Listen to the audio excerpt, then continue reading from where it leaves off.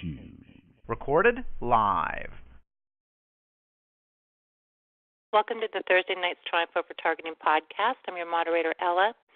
Tonight we have another special guest, and I hope you guys appreciate Mr. Matthew Aaron. He's the one that's going to be joining us tonight. And if you are new to the call, please stay on, and we will get you some additional support, some additional TalkShoe podcast numbers, and some helpful links and websites. This is a solutions and educational-based podcast, and the views and the opinions of my guests are not necessarily my own personal views and opinions. My goal is that everyone can obtain something out of tonight, especially a feeling of empowerment. And if you have any suggestions, comments, or questions, especially if you're in the need of some additional support, please don't hesitate to email me at tiangel2016@gmail.com. I got the day wrong. Sorry about that. Dr. Aaron is a victim of directed energy attacks and has thoroughly documented his experience in a comprehensive 500-plus page manifesto. He has a Master of Science in Environmental Toxicology. He has a PhD in Neurobiology and Behavior. Dr. Aaron's scientific training and research have given him expertise in neurobiology, genetics, sensory systems, digital signal processing, advanced statistics, and the functioning of the bioelectric tissues in the muscles, heart, and brain of vertebrates, including humans. Owing to this background, Dr. Aaron probably had an edge in quickly figuring out what was happening to him once he became a targeted individual with radio frequency-directed energy weapons, which interact painfully and dangerously with the body's bioelectrical processes. So thank you again. I really appreciate you coming on. It was very last minute, so we're kind of winging it here. I guess one of the first things I can do. So again, we're very honored. And so I guess maybe if you want to tell them a little bit more about yourself, maybe talk a little bit about your history and how you got into the field that you're in, and a little bit about your background. Okay, let me first start off by saying I would rather use the word report than manifesto, only because manifesto has a connotation that I had some kind of emotion-filled agenda.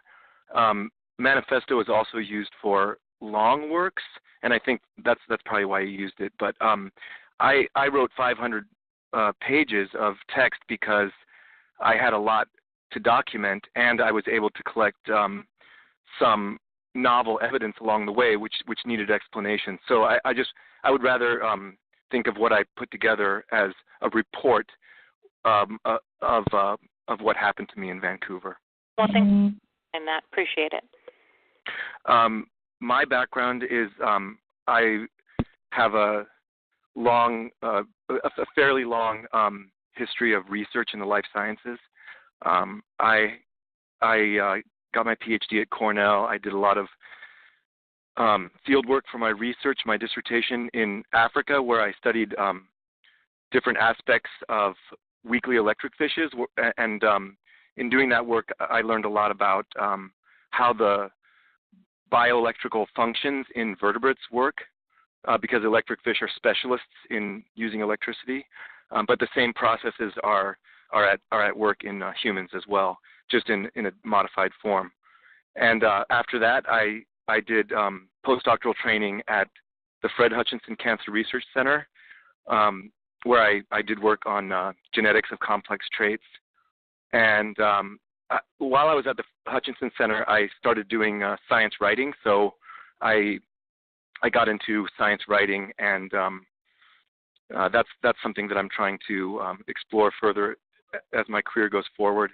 But after leaving the Fred Hutchinson Cancer Research Center, I took a consulting job in Vancouver, and that's why I moved up to Vancouver. That was not long ago.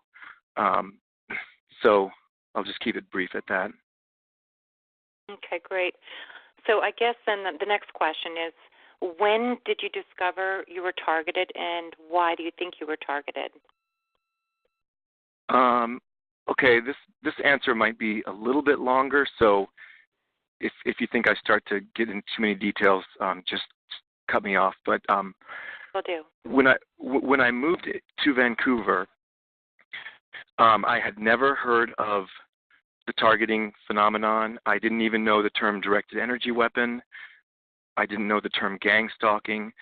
I moved into an apartment pretty much, I'll say the building name. It was in the Genesis Tower, right there in downtown Vancouver, in the center of Vancouver. and that city is a high-density residential city, so there are a lot of high-rises that are in close proximity to each other. A lot of them are very much have glass exteriors too, so it's like a glass city, and everyone's packed in there. And just about only 25 meters across the alley from my new apartment, I was super excited about having the best apartment that I'd ever had. Just across the alley, there was this medical building. And this is only 25 meters away, and that was a non-residential building. And even on the first night that I moved in, I started to notice very unusual activities in that building. And the activities were basically can be summed up by people occupying the building, apparently engaging in party activities or sneaking around on the building at night, even during the day. But this was a non-residential building, so it felt I had this like assumed privacy at night because that was a non-residential building, but I noticed all this activity in there all the time, and so I kept an eye on it. And but I didn't feel too violated because I let people are free to do what they want as long as they don't harm other people. But in keeping an eye on that activity, I started to notice things like people dressed in ghillie suits. Do you know what a ghillie suit is? No, I was going to ask you to maybe go into a little detail about one of these suits.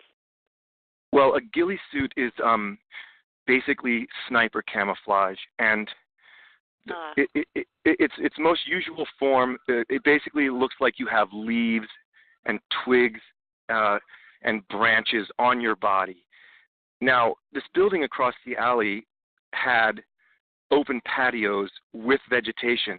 So these people were actually hiding in military-style camouflage on this building. Now, owning a ghillie suit is not illegal, and so, again, I let that go. I let that kind of activity go.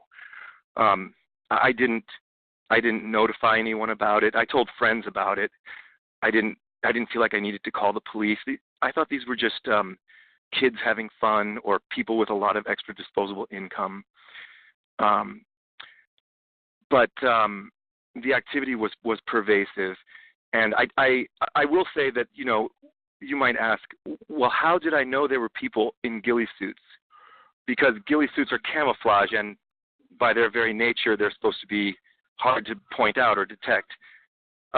But I tested this idea in different ways, like at night when I felt I could see the reflections of binoculars constantly looking into my apartment. I got a laser pointer, a very, very weak directed energy weapon, you could say, and I flashed it at the binoculars, and I forced the individual to jump back, revealing that in fact there was an individual there in camouflage watching my apartment and other apartments. And in a more comical instance, I actually made my own ghillie suit when there were a group of people during the day of all things, slowly sneaking around in broad daylight, but doing so in a very sophisticated way, using the correct movements and very slowly. I fashioned my own ghillie suit and I made fun of them. I was trying to get a reaction, and one of the guys, before the sun went down, actually took his ghillie suit off and started hurling threats my way. And so I could go on and on. There was all kinds of theater and things, but I'll just give you two more examples of the lead up to when I was targeted. One was these people in this building started to do sort of more direct harassment towards me and also directed towards anyone else in my building that was looking over there. And this was more this was something that was offensive to me and potentially harmful to others. And what they did is they would have slideshows where they would use a PowerPoint projector and project a series of slides onto their glass from the inside of their building. And this was done during the day, and because there's a half-silvered glass and dust on the glass, you can actually get a very faint image on the glass by doing that. And their slideshow consisted of photographs of my building and of people in the privacy of their own home that looked to be unaware that they were being photographed. And that was like, now they were crossing a line. I also noticed some very unusual things that I can say in retrospect were suggestive of directed energy weapons. They had antenna-like structures, parabolic reflector, and these different kinds of lamps, which I would see them using at night to illuminate other downtown residences as well as my residence.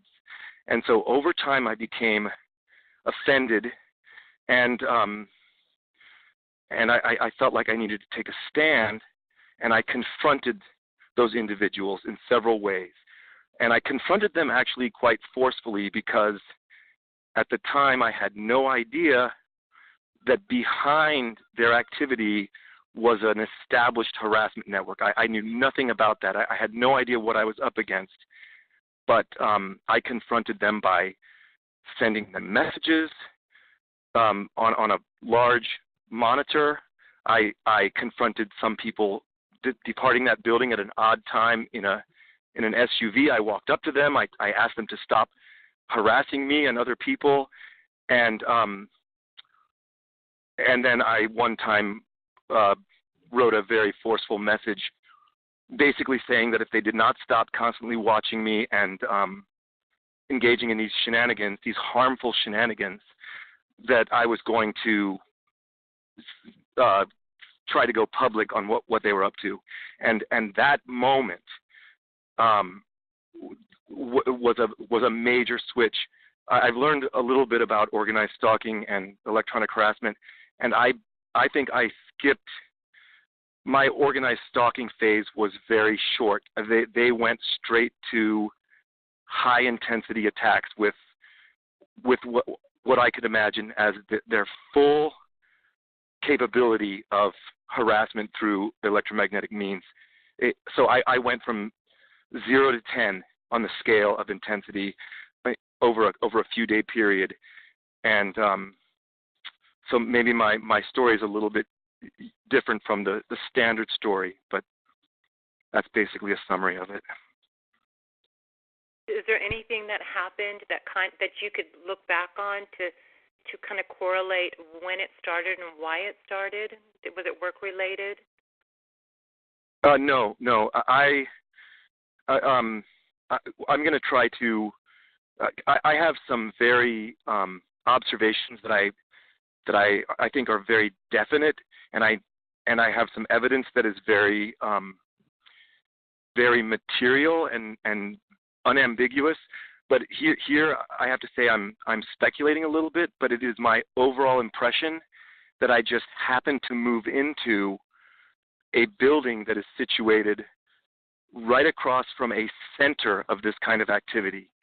So I moved into an apartment which I believe was pre-rigged with installed harassment devices, and that I was basically, I and anyone else who is not a member of the harassment network, because remember, if a harassment network has a cluster in a city, you will have other harassers also living near the center of that cluster, but you will have mixed in with them innocent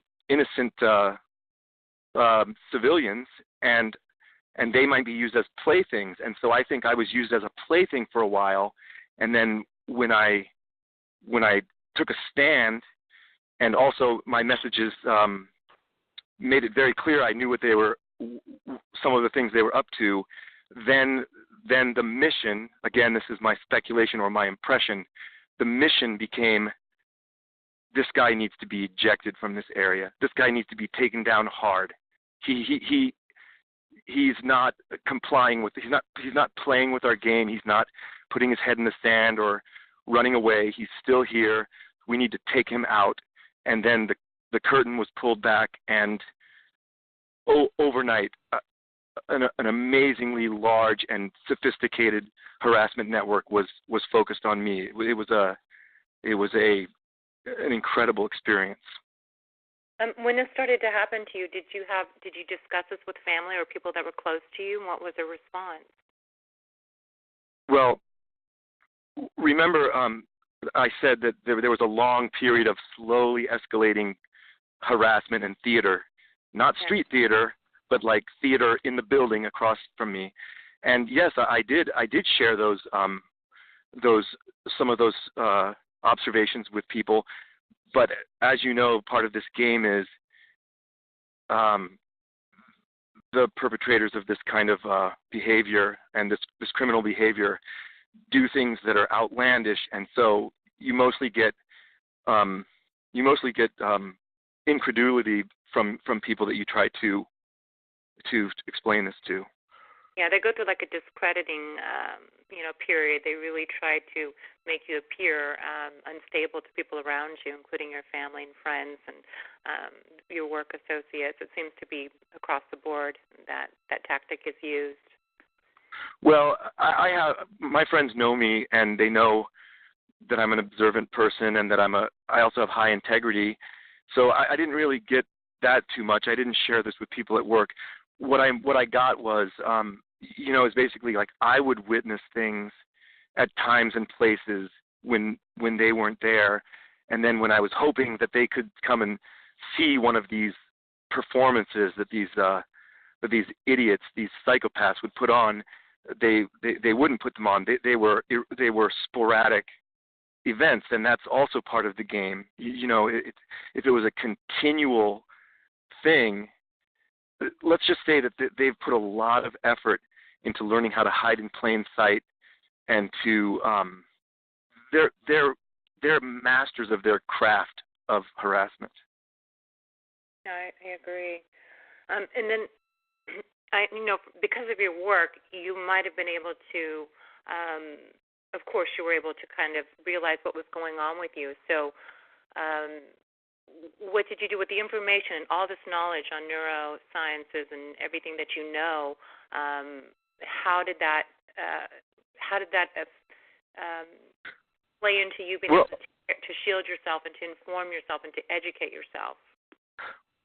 Well, first of all, once they turned up the intensity, it went from 0 to 10 pretty much over a very short time. And then it was maintained at that level for 6 weeks, eventually forcing me to flee under what I perceived as potentially lethal force. So I never had a chance to shield myself. I never had a chance to put this together. They had me on the move with cattle prods, metaphorical cattle prods.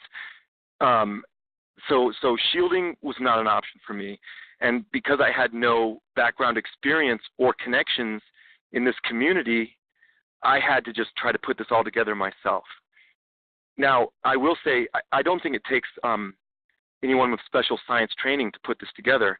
I figured out that electromagnetic energy was being used to harm me using basic principles. And those basic principles are, okay, an energy source is hurting me. It's causing burns, the sensation of burning, and it is coming through the wall. So it only takes, a basic knowledge of physics to know. Everyone knows that microwave energy causes a thermal burn, and pretty much if you know that cell phones use microwaves, then you know that those signals can come through walls. And so all you have to do is put those two things together to have a perceptual understanding, and a very solid one, that you're being attacked with directed energy. It wasn't my science training that brought me to that conclusion. It was just logical, common sense. Right. Sean, do you want to ask any questions? Because I know you're a scientist. I'd be able to ask. Yeah. I have a bunch of questions. So let's take this back a little bit. So you discovered these men in ghillie suits at the building across from your tower. You said that the movements were professional. Are we talking about like you're run-of-the-mill hunter, or are we talking like military professional? Well, okay. The most common sort of what we're talking about here, men, yes, they were over 18, but the sort of average makeup of these perpetrators, which I saw doing this, appeared to be mid-20s, and I can't really substantiate this, but I had the impression that these were jobless, semi-homeless people that had been recruited into performing this role of surveillance with these camouflage suits. Now, as to their technique of hiding, if you give someone a fun job of hiding and terrifying people and a little bit of pointers, I think anyone can learn how to hide in plain sight with a ghillie suit. Was that what you were getting at? I was referring to their movements. So the movements seem to be very, I believe you said professional, but they knew how to move. I think is what you said. Okay. So this is where my training in animal behavior inspired me to figure out also what they were doing. They were moving in the same way that chameleons and praying mantises move. And I have a PhD in neurobiology and animal behavior, and so I'm fascinated by these things. I was drawn to observe them more by being fascinated by what was going on, and the way that I gather, the way that a professional sniper moves when there's eyes on them, is they take very tiny steps and they intentionally sway their body to resemble the movement of surrounding vegetation in the breeze. So if there's a breeze, you can move through a patch of vegetation much more easily. But we're talking like it would take them an hour to cover a few feet sometimes. So you have to have a good eye and a good spatial memory. And a lot of listeners might say, well, you weren't really seeing that. But I want everyone to remember that I tested this idea several times. And every time I tested it by illuminating their binoculars at night or making fun of them, I got a positive reaction. So let's say I tested that idea 6 times, but then I observed the same thing 200 additional times, and all 6 of my tests were positive, suggesting that the 200 additional observations were probably also largely valid. No. So I don't want to give people the impression that this was a paramilitary group. That's not my impression. These were everyday ordinary people who had been recruited into a system, and I'm not sure how I have some ideas on how they're compensated, but I'm not exactly sure about that. I'm not inside that system, but they've been given some training. But I know there's a lot of ideas in the targeted individual community that these are intelligence operatives that are doing this, and I don't think so. I think these are organized criminals who are recruiting ordinary people to do things that they might not even know are that criminal, but it's the system that is an organized criminal system that is a very, very serious crime that authorities will need to address at some point. But it's almost like a social network system, and I think a lot of the people that were involved in it were drug dependent as well. So, did you ever see law enforcement in the vicinity at all, like unmarked or marked vehicles?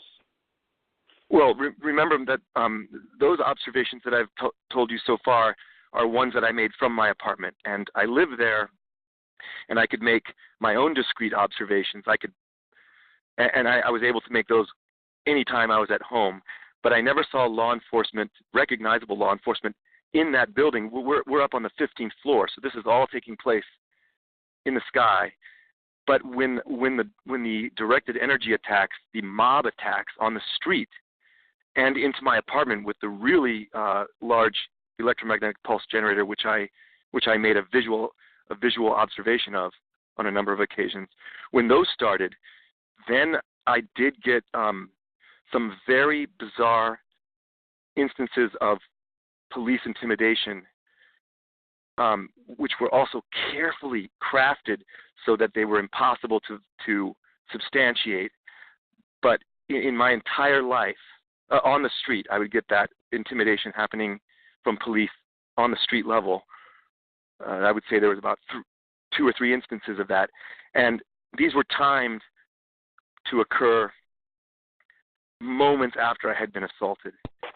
And in my life, I have spent time in many countries, and I've had a rich life, and I have never experienced instances of police harassment like that. So I can't prove that those instances of police harassment were linked to the overall stalking and directed energy attacks, but they were very, very coincidental with those attacks. So I think my impression of this system is that it is like the mafia, the early days. It is like the time of the mafia when J. Edgar Hoover did not believe in the existence of the mafia. It is an organized type of crime, and the mafia has always capitalized on corrupted police officers. I don't view this as being a system that the police or the federal police or the intelligence community is doing, as a system level thing, but certainly these organized criminal networks of stalkers are capitalizing on the police officers who are willing to play along with this. And because our government is not doing anything about this, they are basically giving an unwritten go-ahead, which allows corruptible police to participate in this like never before. Because everyone thinks it's if the government's not doing anything about this, then maybe it's not illegal, or maybe it's okay, and that is a serious problem, because this is guaranteed to grow into something that is going to truly cause a destabilizing effect on society. It's truly going to erode human rights. It's truly going to be a vehicle for inspiring lawlessness if this continues. I totally agree. I mean, I think these types of programs have been going on for many, many years, decades, and I just hope there's a point of return. But that's what we try to fight for every day. What have you done? What have you done as far as taking action against any of this?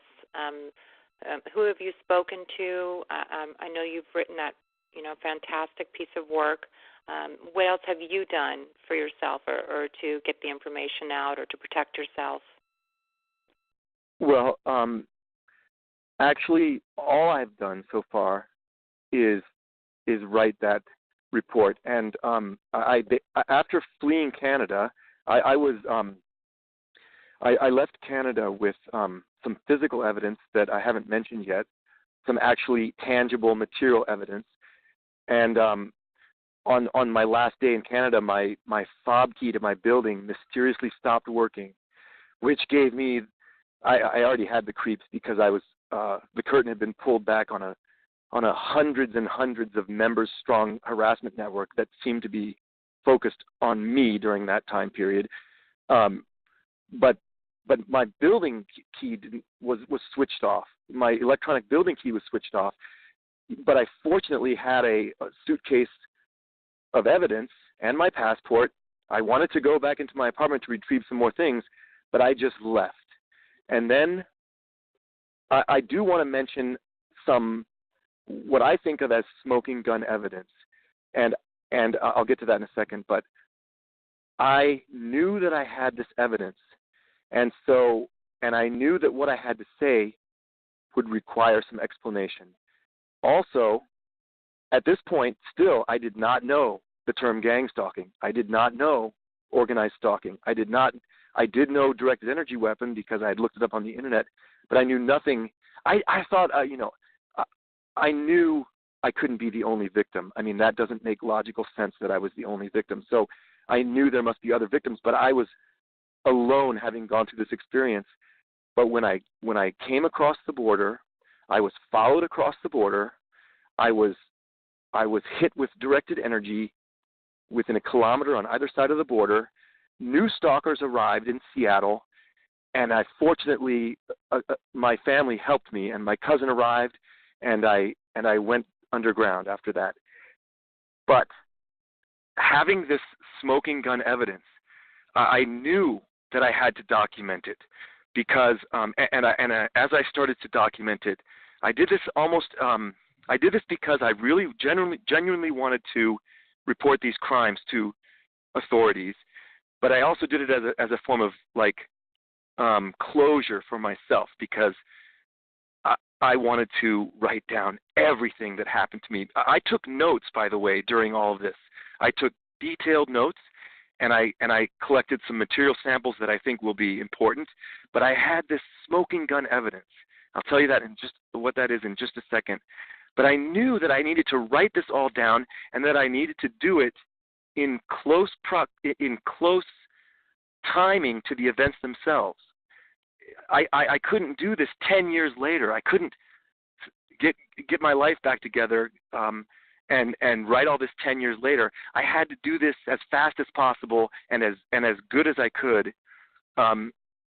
So all I've done since this happened is document everything, and only about last week, in fact, I finally sent my documentation, and not just the 500-page report or manifesto, but I also sent more concise versions of it to federal authorities in Canada and federal authorities in the U.S.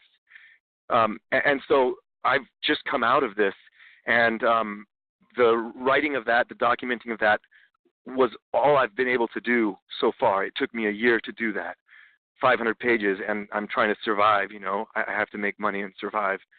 But now the smoking gun evidence, as I started to document, I made sure at first to not consult the internet. I did that intentionally to keep my report unbiased and my story. But then as I was more than halfway done and writing some general sections of this report that I wrote, I started looking more and more on the internet, and then I realized no one had evidence like what I had, so it actually motivated me to go on. Now, real quick, the key evidence. One, I feel like I have two pieces of key evidence, and my goal here is not to have a crime report, for my specific case. I know that's impossible. My goal is just to document that this is actually going on, and one of my pieces of evidence is when this electromagnetic pulse generator sold on the internet, which I viewed with my own eyes, when it was fired at me into my apartment. It was fired through the glass, and it hit me. It interrupted my heartbeat. It stopped my breathing. If I did not immediately flee, it was like almost a life-threatening force type thing. This is a very large device, which is sadly sold on the internet. Now, these were like some of the earliest attacks. I was sitting by my desk there in my glass apartment up in the sky in Vancouver, and I was hit when I was sitting at my desk at 6 a.m. 10 p.m. the same day. I was standing in the middle of my solarium, looking back 1 block away, not at the medical building, but at another apartment building 1 block away. I saw the device there, and I was hit in the chest, and it actually caused a lesion on my chest. Now, what I did after that second time I was hit, of course, directed energy is invisible. So I saw the device, I was hit, but I didn't see the beam. but I immediately started steaming up my apartment. That was my the only thing I could think of to help try to shield me. My goal, this happened in winter, approximately 1 year ago. My goal was to fog up my windows and to create a cloud of vapor around me to help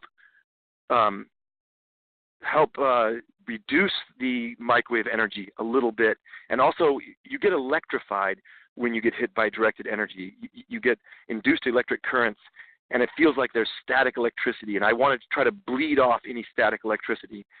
But when I fogged up my window, I fogged up my apartment so much that it was literally raining inside my apartment. I didn't care about the apartment after that. I had rivers of water running down the walls, and the steam went out to the solarium, and it fogged up the solarium. And right where I had been sitting at 6 a.m. and right where I had been standing at 10 p.m. were these beam marks in the glass. And these aren't just like round circles. These are concentric circles with the same specific internal features, very peculiar features. I posted a video of these beam marks on YouTube under the name of Thomas Jefferson, and you can look at these. One of the videos is called Evidence. I think I titled it something like Evidence of a Massive Microwave Laser in Vancouver. Okay, the beam marks are identical. Now, another thing I'd like to point out is that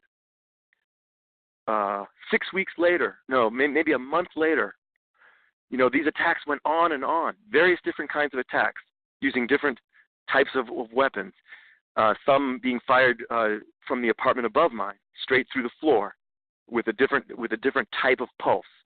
But I used this technique to steam up my apartment a number of times, and when I steamed up my apartment again 1 month later, those marks were still on the window. Okay, so those are semi-permanent or even permanent changes to the glass, and that is very significant because most evidence that a TI could bring to the table, the type that you could think of the most would be EMF recordings or a video of an EMF meter. Okay, that's not that tangible. That's not durable. That's something that can only be recorded while the event is happening. But these are forensic traces of something that happened, and I knew I had that. And so actually the burden kind of fell to me. I felt that I had to write this report documenting this evidence in addition to other evidence, in addition to my entire timeline of what happened and everything leading up to it. And I needed to use all my writing skills to make it sound as reasonable as possible, not emotion-filled, but objective. And so, Ella, your question was like, what have I done? So this is all I have had time to do, and you're talking to me essentially when I finally brought this process to a close. Okay, well, thank you for elaborating on that. So I have just a few more following up on earlier comments. Dr. Aaron, so you said that they projected photography, photography of other people they've been observing onto your window or into your house. Onto their window, almost as a translucent screen. Now, do you believe this was a threat to show you what they're capable of doing? Well, when I first started noticing this, I mentioned that example. I'm only giving you like a 10% slice through the different kinds of theater and harassment techniques that they used. But that one was significant to me because that seeing people sneaking around in ghillie suits is, I'm willing to call that innocuous. Seeing people sneaking around in ghillie suits with binoculars trained on your apartment all the time when that building where they are doing that is supposed to be non-residential takes it to a slightly invasive level. Seeing them show images of people being photographed in the privacy of their own home apparently without their knowledge takes it to potentially an illegal level. So that was a when I saw that, that's when I started to feel that their little fun and games were starting to cross the line, and realize that I'm not the only one potentially viewing this. Imagine if that person, anyone living in my building who didn't have, like, I spent a lot of time observing these guys. I don't think most residents do that. I got to learn a lot about what they were up to. So imagine another resident of my building seeing themselves in one of those little shows, seeing themselves, if they're in their apartment, the way my building was situated, if you were in your apartment, there's no other building close by, so you might not be fully dressed, and yet this is a non-residential building, and it is a Sunday midday, or it's a weeknight. You have this sort of implied, and none of the lights are on in that building. You have this implied sense of privacy, and again, it's a gray area because that person had their blinds open, but still, it is a photograph of someone in the privacy of their own home. Now, imagine if you're looking out and you see a photograph of yourself. That's where I was putting my thinking. I was putting myself in the shoes of the person who was photographed. That's a violation, and that's when I started to get upset by their shenanigans. I never saw a photograph of myself, but the implication is we also have a photograph of you. That's kind of like the harassment message being sent in that little example of their harassment techniques.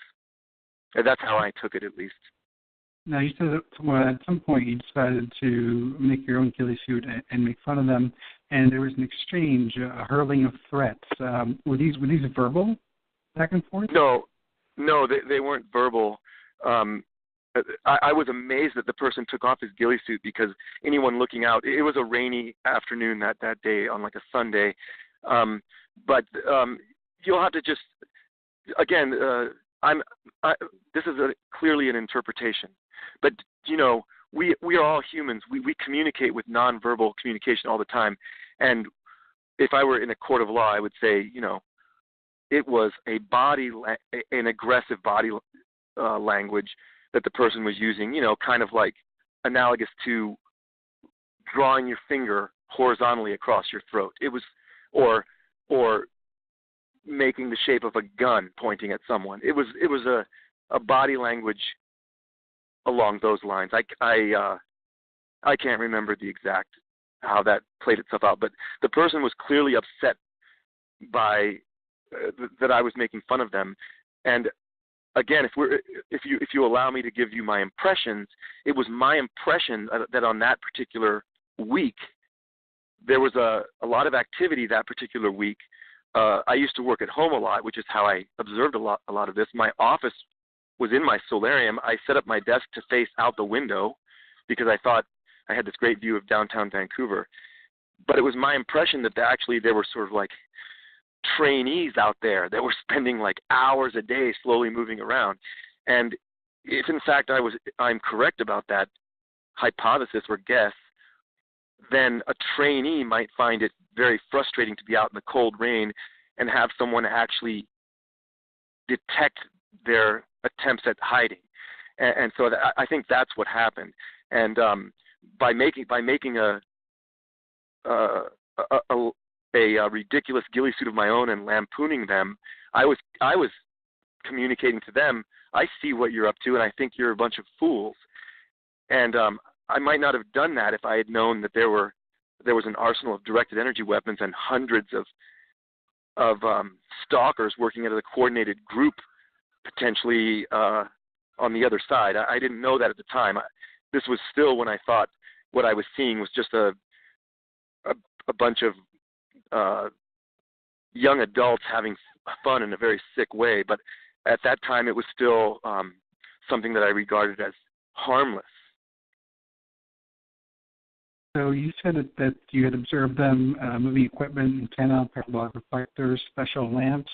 Do you have any detail? Can you provide us any detail on these objects? Were they handheld? Were they larger? Were they on wheels? And so one one, if I could have had high definition, excellent photographic equipment when I first moved in, I think they were a lot less careful about keeping what they were doing under wraps when I first moved in, and over time when I became that guy who was watching them, they started getting more careful. So it's a difficult question, because what I have to do is I have to go back 2 years in time when I wasn't documenting things and try to remember when I had these clear views of things. So it's kind of a retrospective. That's when I have to use my memory. But I will give you some examples. They had these handheld lamps that looked similar to, do you know what a large dive light looks like, or a handheld spotlight when someone goes hunting at night? It looks like a gun, but the barrel is like 5 inches across. There's flashlights that look like that. So there was a handheld lamp like that, and this lamp had a very unusual. It was unusual because when they aimed it at you, it was a very faint red light, but the light could be made to look. So if they were, let's say they're 50 meters away and they're aiming it at you, you would see this round, faint light, but then they could do some kind of a focusing or a polarization. I'm not exactly sure. I'm not sure at all what the details are, but they could make the light appear to slowly come towards you or slowly recede. So they were able to somehow play with your perception of the depth of field with that light.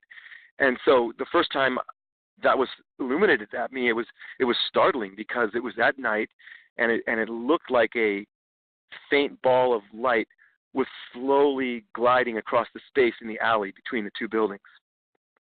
It startled me for a second, but then, of course, my objective thinking came in, and I was like, oh, okay, Vancouver is a film city. There's all kinds of people with special effects knowledge in here. Oh, what these kids are really cool. They have all this fancy stuff. They can, and I saw them pointing this at other apartments as well.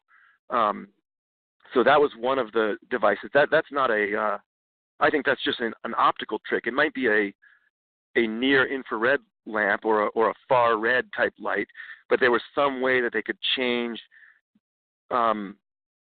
something.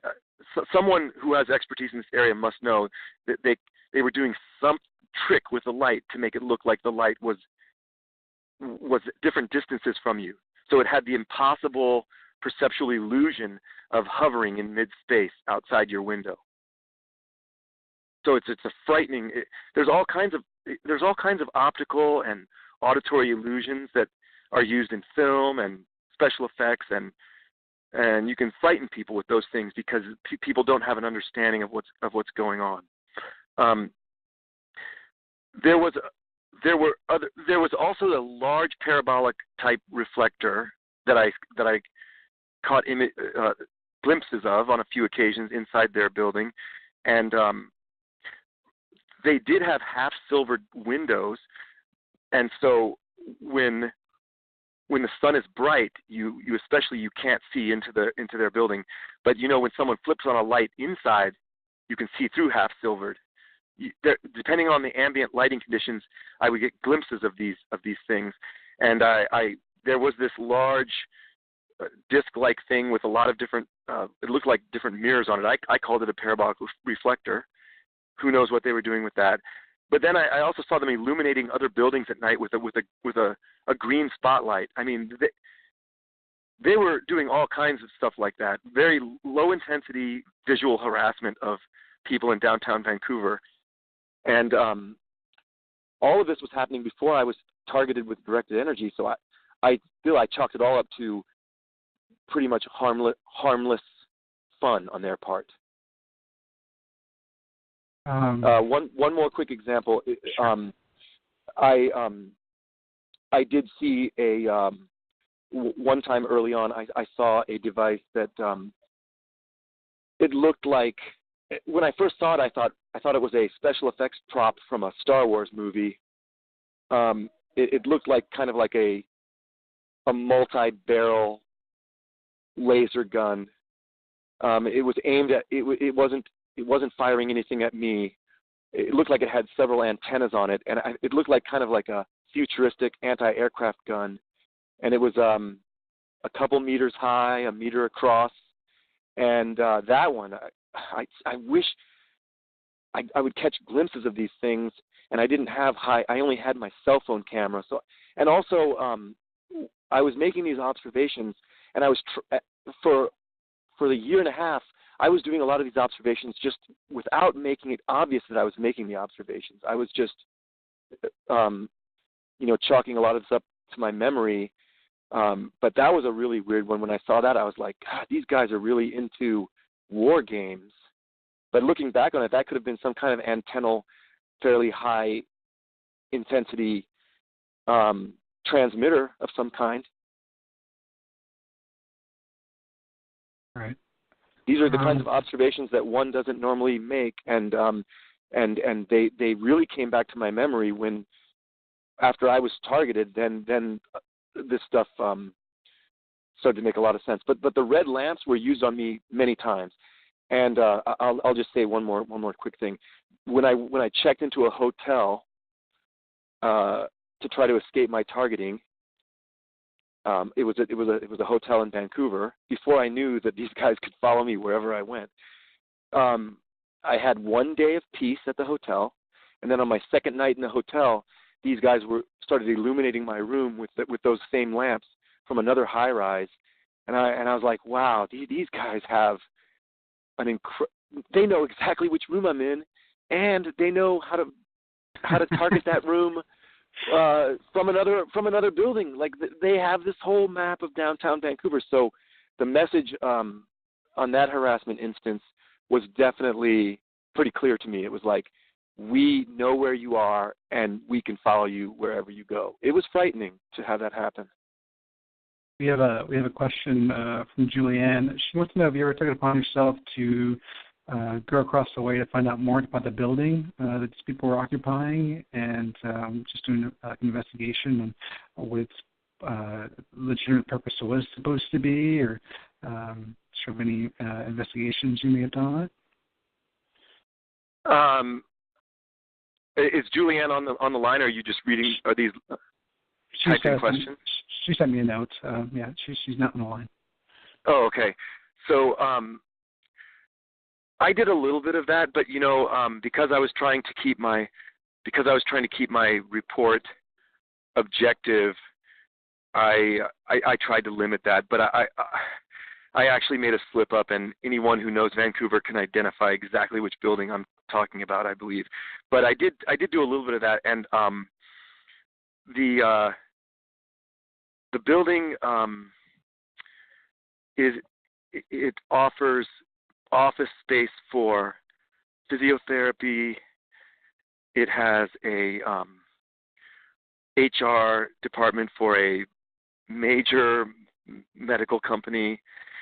It has some real estate management and property management companies, and I did find myself being intrigued by this combination of businesses, but I tried not to go too far down that road. But what was really intriguing was that the building was full of physiotherapy suites and office spaces that were never used. That building had 10 times more occupants in the middle of the night sneaking around than it ever had during the day. And the offices in that building were, many of them, I'm only mainly talking about the ones that were at eye level with me, were seldom used. They had even like fake office backdrops set up, and you could see silhouettes of people moving around behind that. It was it was a front of some kind. Again, that's my impression, that there was something going on there, and behind the scenes, but there was very little legitimate work going on there. Okay. Interesting. Very interesting. What about your symptomology for yourself? What are you physically experiencing? What's going on with you in that realm? Well, I can tell you what I experienced when I was targeted, but what gave me the opportunity to spend a year documenting this, which I am very grateful I had that opportunity, because I feel empowered by being able to document what happened to me in a way that's supported with some evidence that I think it'll be evidence that will be, the significance of my evidence will come to light in the future. I am confident of that. But I'm not targeted right now, so I just want to be clear about that. I escaped my targeting. I can talk about what I experienced when I was targeted. Okay. Do you want me to? Well, I know you said you had very, very powerful, very intense directed energy weapons. There was a whole range, but yes, that device that I witnessed, which I'm fairly confident left those beam traces, because those beam traces were not there when my window was steamed up before, and they matched the exact positions where I was sitting and standing when I got hit those 2 times, and I discovered them just less than a couple hours after I was hit the second time. But that device was also fired at me from it was fired at me from within that building, and it was fired at me from another nearby residential building, and it had the most devastating effects on me. And then there were a couple more, or a few more times when I would get these similar devastating effects, and I didn't witness the weapon. So, but I still, in my report, I said, based on the similarity of effects, I'm convinced that that same weapon was used, and probably on a mobilized platform in the back of a delivery truck. They literally pursued me through a park, and in the middle of the night, or in the dark of the night, on a cold winter day around Christmas, and they fired that thing at me when I was running from people that were clearly pursuing me. I mean, it was not that covert, although I didn't see the weapon. And I will tell you that weapon, based on my claims and my perceptions, that weapon can be fired as either a continuous beam or a brief pulse. Okay, and the time that it felt like I was going to die, it was a brief pulse. The pulse itself lasted far less than a second. I'm very good at estimating the timing of things because of my previous research on electric fish, which are all about precise timing, and I can estimate frequencies well because I worked in sensory biology. But this pulse delivered an extraordinary amount of energy to my body in less than a millisecond, and my entire body went rigid. I was running at full speed. My entire body was electrified. My entire body also went rigid, and when you're running at full speed and your body is essentially paralyzed, you drop to the ground. You fall to the ground, and it feels like the perception of it is almost as if the ground is sucking you down. And the electrification was a level that was probably like someone being tortured with electricity. I also screamed involuntarily, and I literally thought I was going to die that time when they hit me. And fortunately, where I was running through the park, Vanier Park, there was a giant sculpture called the Gate to the Northwest Passage. It looks like a giant pi, the symbol pi, the Greek symbol pi. It's like 15 feet high. And I quickly, after I regained control of my body, I quickly scrambled behind that iron sculpture. And the van that had been following me was in this parking lot. I think that's where the device was, but I couldn't actually see the device at that time. And as I was hiding behind the statue, I could feel the cold ground and my body tingling in these brief pulses a number of times. And I think what was happening was they were firing the device more times at me, and it was going into I was behind the iron, and it was going into the iron and maybe possibly the ground also, and it was causing these bursts of induced electric current all around my body. But even that, when I was shielded, felt like little jolts from a 9-volt battery. Then there were other times when these devices that were used had distinctly more thermal burning effects on me. I even photographed burns on my body and capillary damage and welts. And none of these were self-inflicted. None of these happened these were all associated with directed energy bursts to my body. Okay, well, thanks for giving me more details about that. I guess at this point, I can open up for some questions from the listeners. Would that be okay with you? Yeah, that would be great. Okay, let's go ahead and do that. So if you have questions for Dr. Aaron, just *8, and I'll go ahead and unmute you. How are you holding up? I know you're outside because of your living situation, but are you doing okay? Yeah, this is good. I'm excited. I hope what I'm saying is coming across clearly.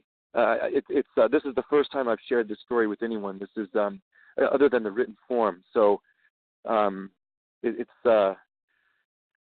cathartic. It's nice to be able to share this with an audience of receptive listeners. Yeah, the chat room feedback is certainly positive at this point, and I'm sure when we put this up, the YouTube responses would be just as positive. Okay, so I'm going to go to California first. Okay, California. And by the way, I'm going to let you ask your question, and then I'm going to mute you after your question so it doesn't turn into like a 10, 20-minute dialogue. I hope that's okay with everybody. Hi, California. You have a question?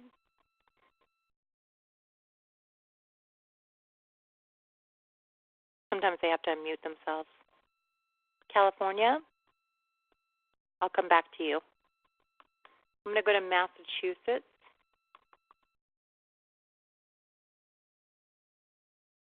In Mass? Hi, Massachusetts. I took myself off the computer, so I'm just talking from the phone. Thank you for your information here, Dr. Aaron, and coming on. I appreciate that. You said you are now no longer a target. Is that correct? Yes, that's right. Well, congratulations. I mean, I don't know. How did you manage to escape it? Well, let me just say that this is, I don't know if this is a permanent thing. I have been, after those harrowing and terrifying and criminal events that happened to me, and the size of the network that perpetrated this against me, I became very careful about my visibility. So I've intentionally stayed. My life has not been functional. I have to regain some visibility to have a functional life. My employer doesn't even know where I live right now, and I did have help from family. So I made a radical move. Also, when I finally realized that I needed to get the hell out of Dodge, I did so in a unpredictable, abrupt way, and I gave none of my friends prior notice of what I was doing. So I think those factors played into me being able to temporarily escape my targeting. No, that's very interesting. I mean, just from what I understand, and I don't know a lot about it, but that they're able to track targets. They have a list of us, by our brainwave activity. So no matter where you go, you really can't get away from it. But if you obviously managed to escape it, I mean, like I said, more power to you. Well, my personal view, or I'll keep it to my story. I'll say that when this targeting goes on, for me, there were certain things that happened that were so new and so outlandish and so unbelievable that I was grasping for explanations, and those explanations, we have to be open-minded about that. And so personally, I think if a network has an ability to track you with amazing abilities, that one might think that it sounds reasonable that they're doing that with brainwaves. But my personal, as a neuroscientist, I would say that technology were not there. For them to do that, they would have to be in close proximity using a helmet-like device on you, and we don't have the satellite network technology capable of tracking people around with their signature brainwaves. That's my personal opinion. I know there's fantastic stuff going on, and I'm not trying to discredit other views at all, but I think that a lot of this is done with human, what you could call human intelligence, and just having a lot of eyes on people at the street level, and that's consistent with me being able to break the perimeter, because some friends of mine, former friends of mine, turned out to be part of this stalking network. Had I even told one of those people about my plans, they could have tracked me to my next location. So they have just using human intelligence type tactics. I believe they have a great ability to follow you, and I don't think that you necessarily need to go to high tech hypotheses to explain that stuff. That's just my personal opinion. Well, thank you for answering his question. Now I'm going to go to Missouri, North Missouri. What about molecular nanotechnology in the brain? Sorry? She asked about molecular nanotechnology. Oh, okay, sure. I just didn't hear it. Basically nanotechnology implants. So that's not. I can't say that that's my area of expertise. I'm 100% behind people that are concerned about the dangers of new technology and the fact that the intelligence community and their dark research is way ahead of where we are. That is all certainly true. I've never come across. I mean, in my research experience, there were tracking technology for fish, for example, that used chips and RFID readers, but those required chips that were like the size of a grain of rice, and an RFID reader that the fish would swim past only a meter or two away, or you would wave a wand over. So I think we have to be careful about invoking super high technology, because in so doing, we miss the point of how I think a lot of this is going on, and that is just a lot of people on the ground using eyes-on type technology. So I think there's a potential danger or a red herring in invoking too many high-tech hypotheses or possibilities, because that leads us down the road of blaming the intelligence communities. I'm not saying they're without blame. There's a lot of corruption and a lot of overreaching in the intelligence operations. But if we place the blame there, what we will do is we will distance the federal government. We will actually hurt the cause, possibly, because the blame naturally goes to the intelligence communities when we invoke those kinds of answers.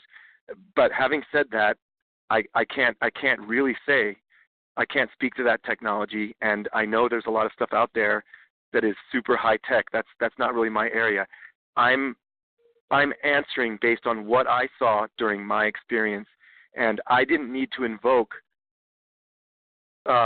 super high tech explanations. Although you may think a cannon-sized electromagnetic pulse generator is pretty high tech and pretty science fiction, but nanotech and satellites, I just can't speak to any of that, and I didn't see any evidence of that in my particular case. Okay, well, thank you. That's a topic that we sometimes discuss, and And so I know that's it's a popular thing, and we're always trying to learn new information about that. Well, thanks, Missouri. I will quickly say that I don't think we should. I don't want to stifle or discourage discussions on any possibilities. I'm just providing my one voice that in my particular case, everything that I experienced and saw could potentially be explained by mundane tactics in my particular case. We appreciate that, and I love how you say that and how you worded it. Okay, West Massachusetts. Hi, West. Sorry, yep. Okay, Hi. sorry. Go ahead. West Massachusetts. Yeah, sometimes people will put their phone on mute. I'll come back to you. Just hit Can you hear me? Can you hear me now? I can hear you now, yes. Okay. I have a question. I've been getting terribly harassed. I have 24/7. I have a feeling this has been going on since 1997. It hasn't been, it was very subtle, so I didn't really know I was being targeted. But I have been laying in bed at night putting cold packs, like the little bubbles with water, those like cold pack things. And I put it on my head, and I can hear like pitter patter, like I can hear them hitting me with something. It's like a pitter patter. And I don't know if that's microwave, because I have V2K terrible, and I don't know if that's. I've just been. Go ahead. Sorry to hear about your ongoing targeting. I know how hard it is, and I managed to get away from targeting for a while. But let me ask you: when you put these cold packs, are these like the gel packs that you freeze with the blue stuff on the inside? Yeah, but there's not really gel. I think it's more fluid, that more watery than gel. But anyway. Okay, and when you put them by your head, and then are they frozen? No. At the time, they're not frozen. Okay. No. And then when you perceive this auditory effect, are you perceiving it as coming from outside your ear or coming from somewhere in your head? In my head. Okay, so I was going to say that to me it sounds like there's two possibilities. One is that I have one more question first. Is there pain associated with this? There is pain. You mean in my head? Or at the time when you hear, at the precise moment when you hear the click, is there also a sense of pain on your skin or hitting your head?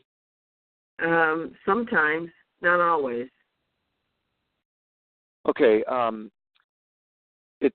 It sounds like if you're perceiving the sound as a click inside your head, I would say that that's consistent with the microwave auditory effect. But you said it only happens when the packs are there?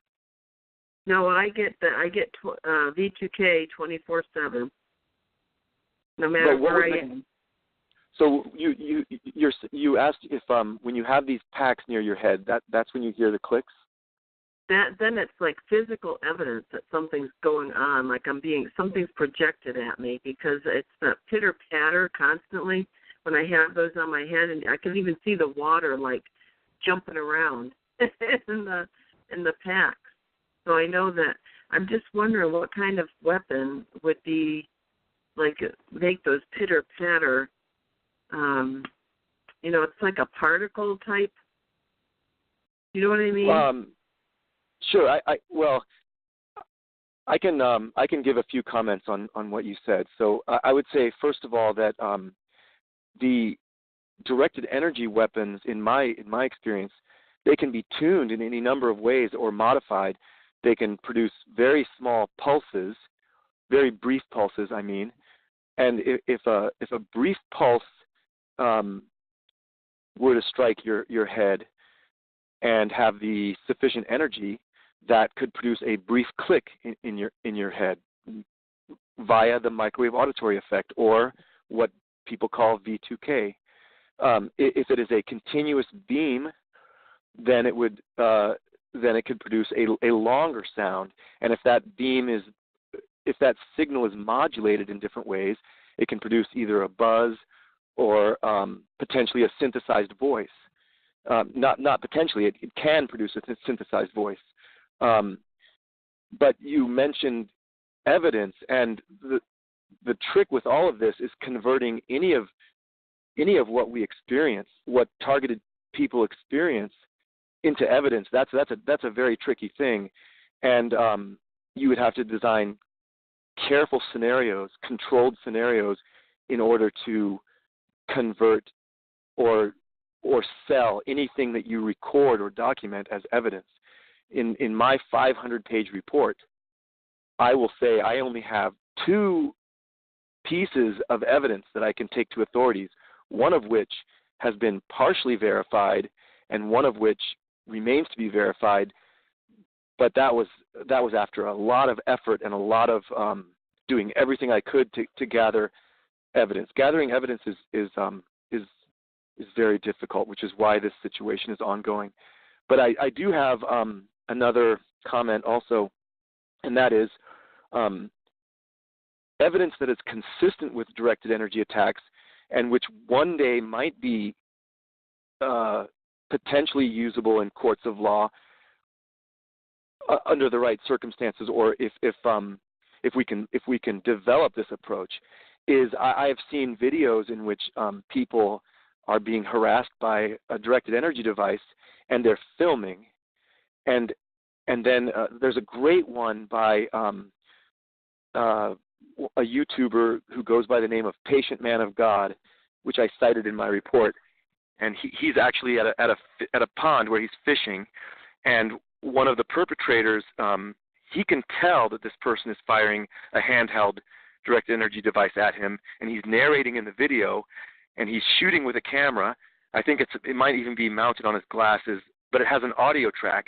And as he approaches this perpetrator, this alleged perpetrator, you can start to hear an audio corruption on the video. It's a buzz, and the buzz increases in amplitude as he approaches this perpetrator. Now, that's not smoking gun evidence, but what that's consistent with, and what I think is happening, is that the signal from that perpetrator is causing an induced electric current on the audio track of his video camera. And consistent with that, as he approaches the perpetrator, the amplitude goes up, and you can hear this buzzing sound. And when he gets close enough to the perpetrator, you can barely hear the audio anymore. It's being totally corrupted by this outside signal. And I just mentioned that because going forward, these types of converting directed energy signals into audio while videotaping at the same time might be one thing that could be developed into something that could be used as evidence in the future with the appropriate development. I recognize that as something that I'm convinced was caused by the directed energy, but obviously selling that to a court, there are other possible explanations, so it would need development. But that struck me as something that could possibly be, we could think about developing that as a method of collecting evidence.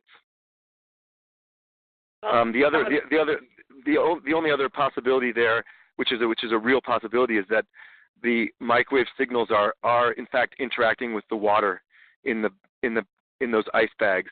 Microwaves rapidly heat water, and that could be causing those auditory effects that listener just mentioned. But there are so many other explanations that we can't really claim that to be evidence of anything without a lot more careful control. So all of us know that we have to be really careful in what we claim to be evidence, because when you claim something to be evidence, even if it is valid evidence, if it is not specific and irrefutable evidence, then it makes the claimant or the person who's making the allegation look like they're reaching, and it actually can hurt the cause. So claims of evidence, and even my own. That includes these two pieces of evidence that I have. This is going to require validation and some careful looking before those will actually be bona fide, genuine pieces of evidence. Well, that was an excellent answer, and you asked some excellent questions, too. Thank you for that. Okay, so now I'm going to go to, those are amazing answers you're giving. Okay, Central Texas, I'm going to come to you. Hi, Central Texas. You're on the air. Do you have a question for Dr. Aaron?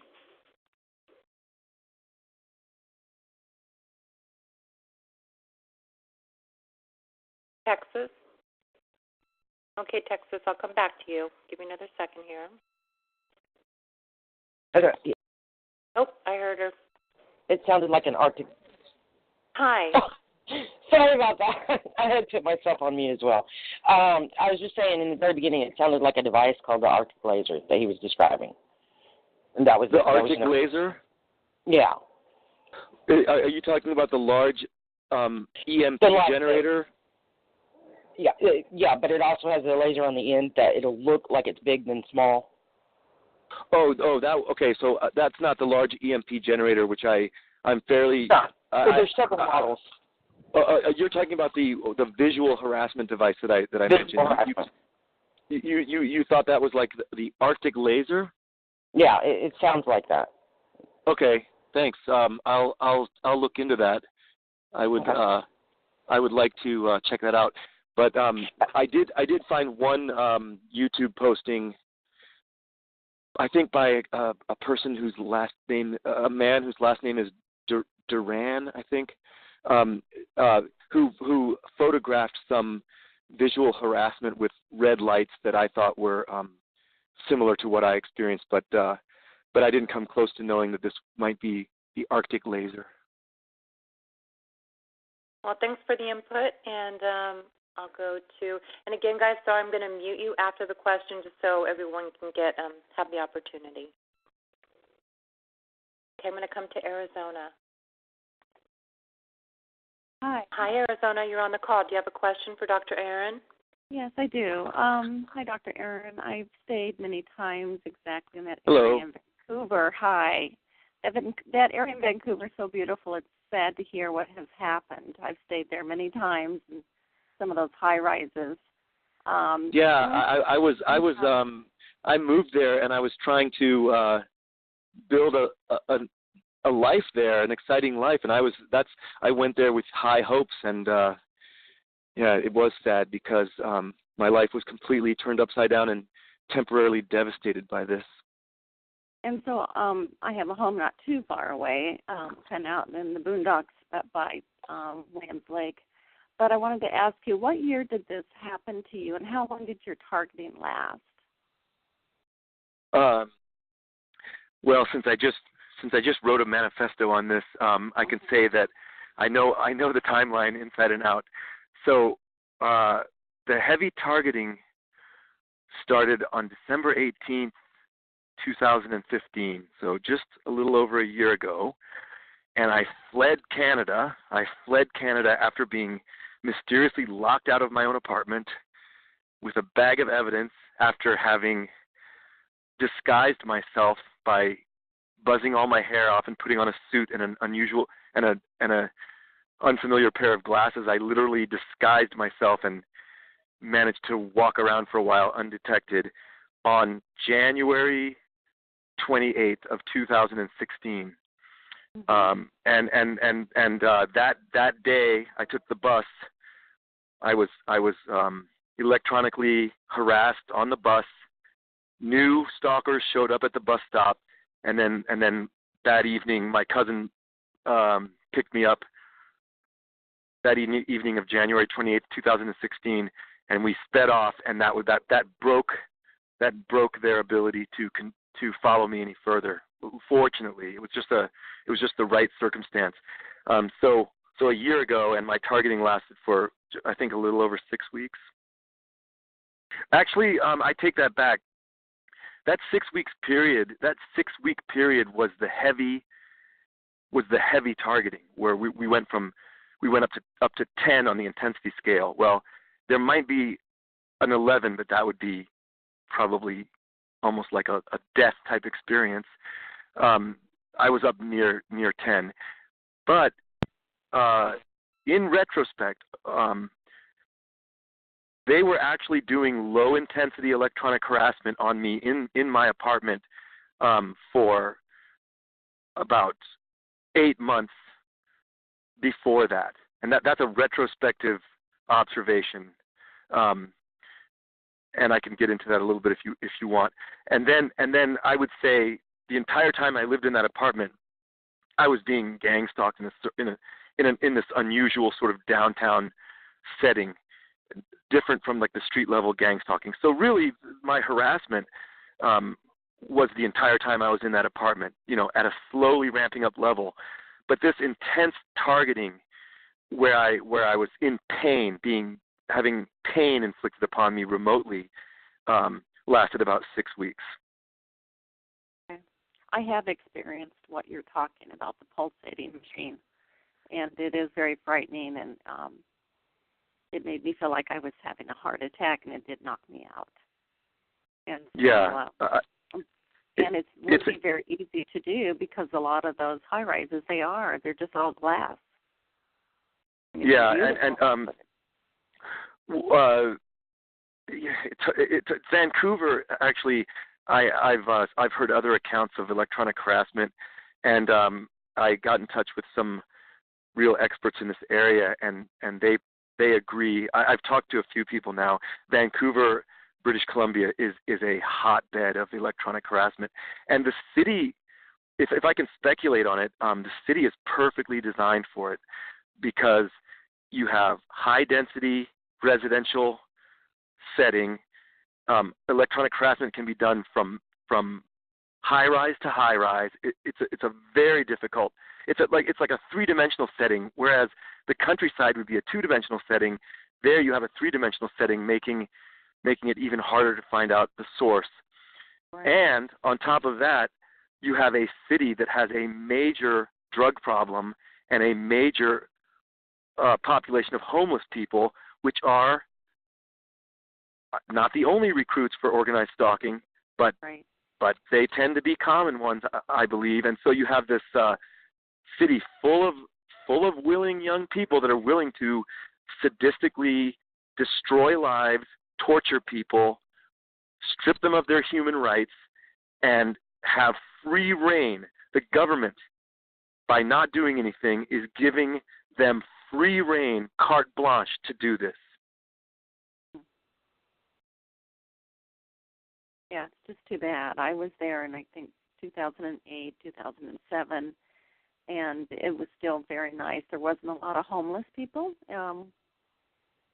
I was remarking with my friends, how nice it was, and so I did travel there a lot, so it just breaks my heart to hear what's happened. Thank you very much for your time. Thank you. Thanks for the comments. Let me follow up with just one more thing, which I hope these shows are listened to by people who aren't victims. I know that most of the listeners are victims, but it would be great if this information can start getting heard by non-victims. And what I'd like to just follow up on that little interchange there with that caller is that to a non-victim, all of this that we're talking about, all of this can be done in a way that's happening silently and invisibly in your very midst, which makes it easy for non-victims to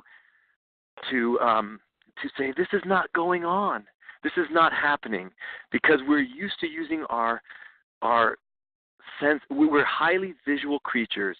Vision and hearing are some of our most important senses, and if a phenomenon is unfolding itself without leaving an auditory or a visual trace, your brain is hardwired to conclude that that's not happening.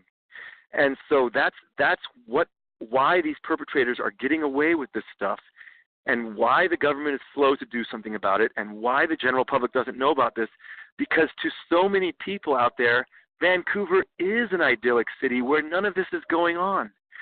You know, and that's also why this form of harassment and persecution is so degrading, because when you are a victim and a mob attack is being perpetrated against you in the sight of bystanders and an audience of people, it is degrading because you are having pain inflicted upon you, and you can't even say something to a bystander that's right there. If you do, it just makes you look crazier.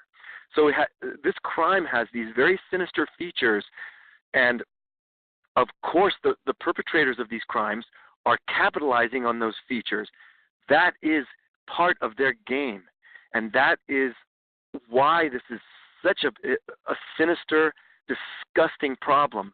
This is something that victims, but also non-victims, need to be very concerned about, because it's not going to stop unless we get a real movement going here, and it's a very degrading, dehumanizing crime. It's psychologically torturous in many ways. Wow, what you said is very powerful. I agree with you 100%. And we do try to get this information out to non-TIs. I know some people have used it to provide evidence, and so it is getting out, and I myself share links with many, many non-TIs, and other people will use it to present it to their family in different scenarios. So, yeah, hopefully more and more will start to get out. Yeah, I know that's happening, and I actually want to thank you for your efforts in that, because when you had Kirk Wiebe and who was it? It was Bill Binney. Bill Binney. That's a great example of non-victims who are very important and very thoughtful and kind non-victims who are starting to think about these issues and help in their own way. And also my family supported me. It took some time, and but I'm a victim who was able to turn to his family, and they got behind me in my efforts. And so yes, there is movement. Hopefully we'll just keep the ball rolling in that direction. Okay, well, thank you again. I'm going to go to Melinda. I'm going to go ahead and mute you. Hi, Melinda. Hi, Dr. Hello. Aaron. It's wonderful you're here. You have a wonderful spirit and energy, and sorry that happened to you in such a horrible way. Quickly, I do get military flyovers every day. Air Force, Navy helicopters. I get Ospreys. I get Chinooks and Apaches. So I'm not saying anything has to do with the government, except this is not in the flight pattern of any military. So it is strange. I do want to ask you, however, how did you get to your building? Did you find it in the classified? Did you have a broker? And where did you live before? And the same question, how did you find your living space before? I found, in going back, that I was steered to my last 3 apartments. The last 2, they were gaining information and breaking in the second one and doing strange things. I didn't know what was happening. When I moved into this one, everything happened. So I was just wondering if you feel you were steered into that apartment. Okay, thanks for the question, or the Melinda. One before. Yeah. So I don't have any evidence of that. In fact, I don't think that happened in my case, because I wasn't targeted when I moved. I wasn't targeted in Seattle at all. And then when I moved from Seattle to Vancouver, I used Craigslist to find an apartment, and then the targeting all slowly emerged as I was sitting there. I'm a targeted individual who became targeted sitting on his sofa. looking out his window. That's where it didn't start on the street. It didn't start by any kind of altercation, or I didn't piss anyone off.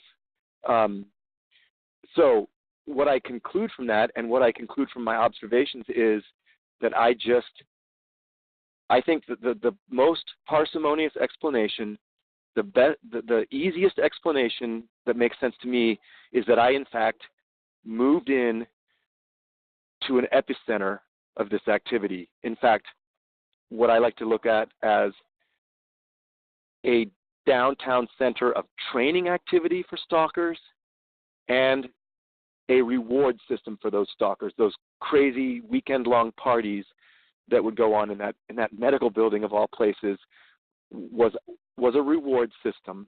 And the people sneaking around on the roof, harassing people and learning how to hide, was how they trained their new sets of recruits. And if that sort of training, if that amount of training is going on, then that's suggestive that, or an indicator that this is a growing problem. So that's my personal explanation. I don't even think my landlord is in. I saw no evidence that my landlord was in on this. And the landlord is the first person one might assume. That's the first suspect if your house is rigged up with devices. But imagine this, and I think this is going on in Vancouver. Properties can be sold with devices in place already. And if the network knows about that, those devices can be co-opted later, and the new owner or the landlord doesn't even know. In other words, this is a serious problem, because your property that you buy could be rigged. You could be potential victim to this in your own home from pre-installed hardware. Now, that's all I'll say on that topic. There's one piece of physical in-the-hand evidence that I need to confirm before I can say in an irrefutable way that my apartment was pre-rigged. But I do have samples from the apartment that I can ask that question with. But Melinda, I hope that answers your question. I didn't have any history or anyone steering me. I didn't see any evidence of that.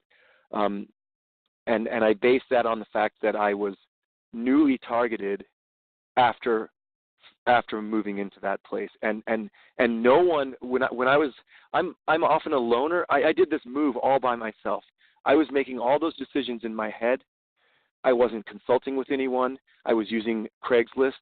So I just had the misfortune, or if I'm an empowered individual and I am going to do something about this and something constructive, then I had the fortune of being the person who moved into that apartment, because I didn't just run away. I'm going to try to do something constructive with my horrible experience. Wow, what a great answer again. Thank you. Okay, I'm going to come to Linda. Linda has a question. Linda Costanzo. Hi, Linda.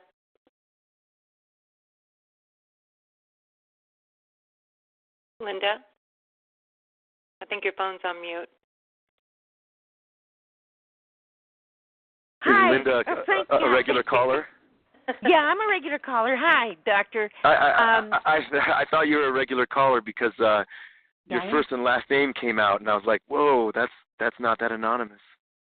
Well, no, I have a call myself on Fridays, and I am who I am. No, I'm not terribly anonymous, but oh heck. Anyway, Doctor, thank you so much for sharing your observations and conclusions. I think they're so logical. So, I mean, you really have. I really appreciated what you shared. I also want to ask you something. Thank you for saying that. That's really nice to hear. Oh boy. I mean, I so agree with you that their observations of us are probably from the ground, and that's why they know what we're doing, is because they follow us, and they, I don't know how they get that many people, but they sure seem to. And when it gets too technical, I too get into I don't know about that, but I do know that I am stalked on the ground. That I know for sure. Okay.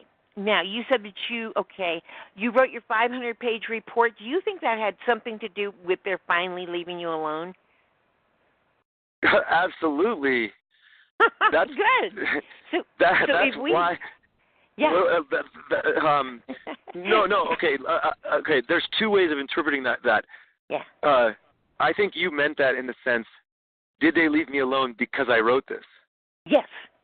Okay. No. That okay. I meant it in.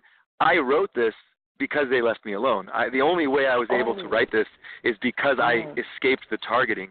But they didn't. They made an attempt to continue stalking me. It was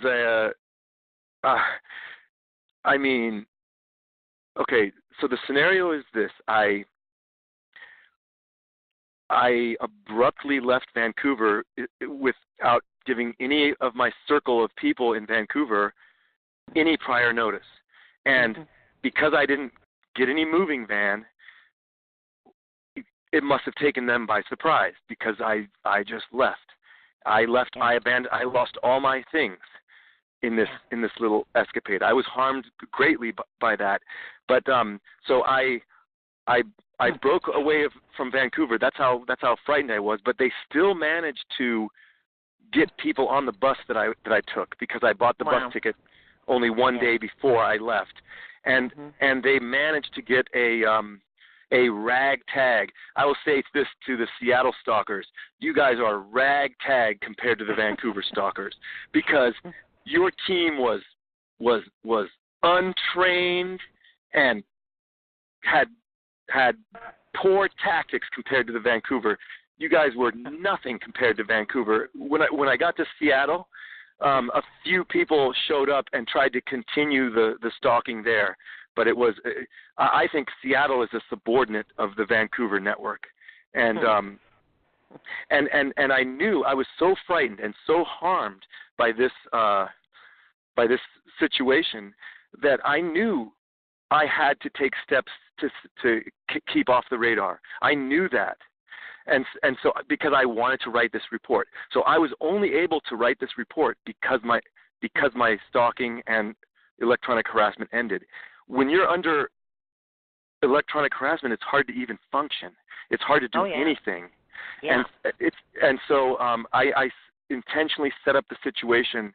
My driver's license that I have from Washington doesn't even have my current address on it. I was taking extraordinary steps I don't even have a lease right now.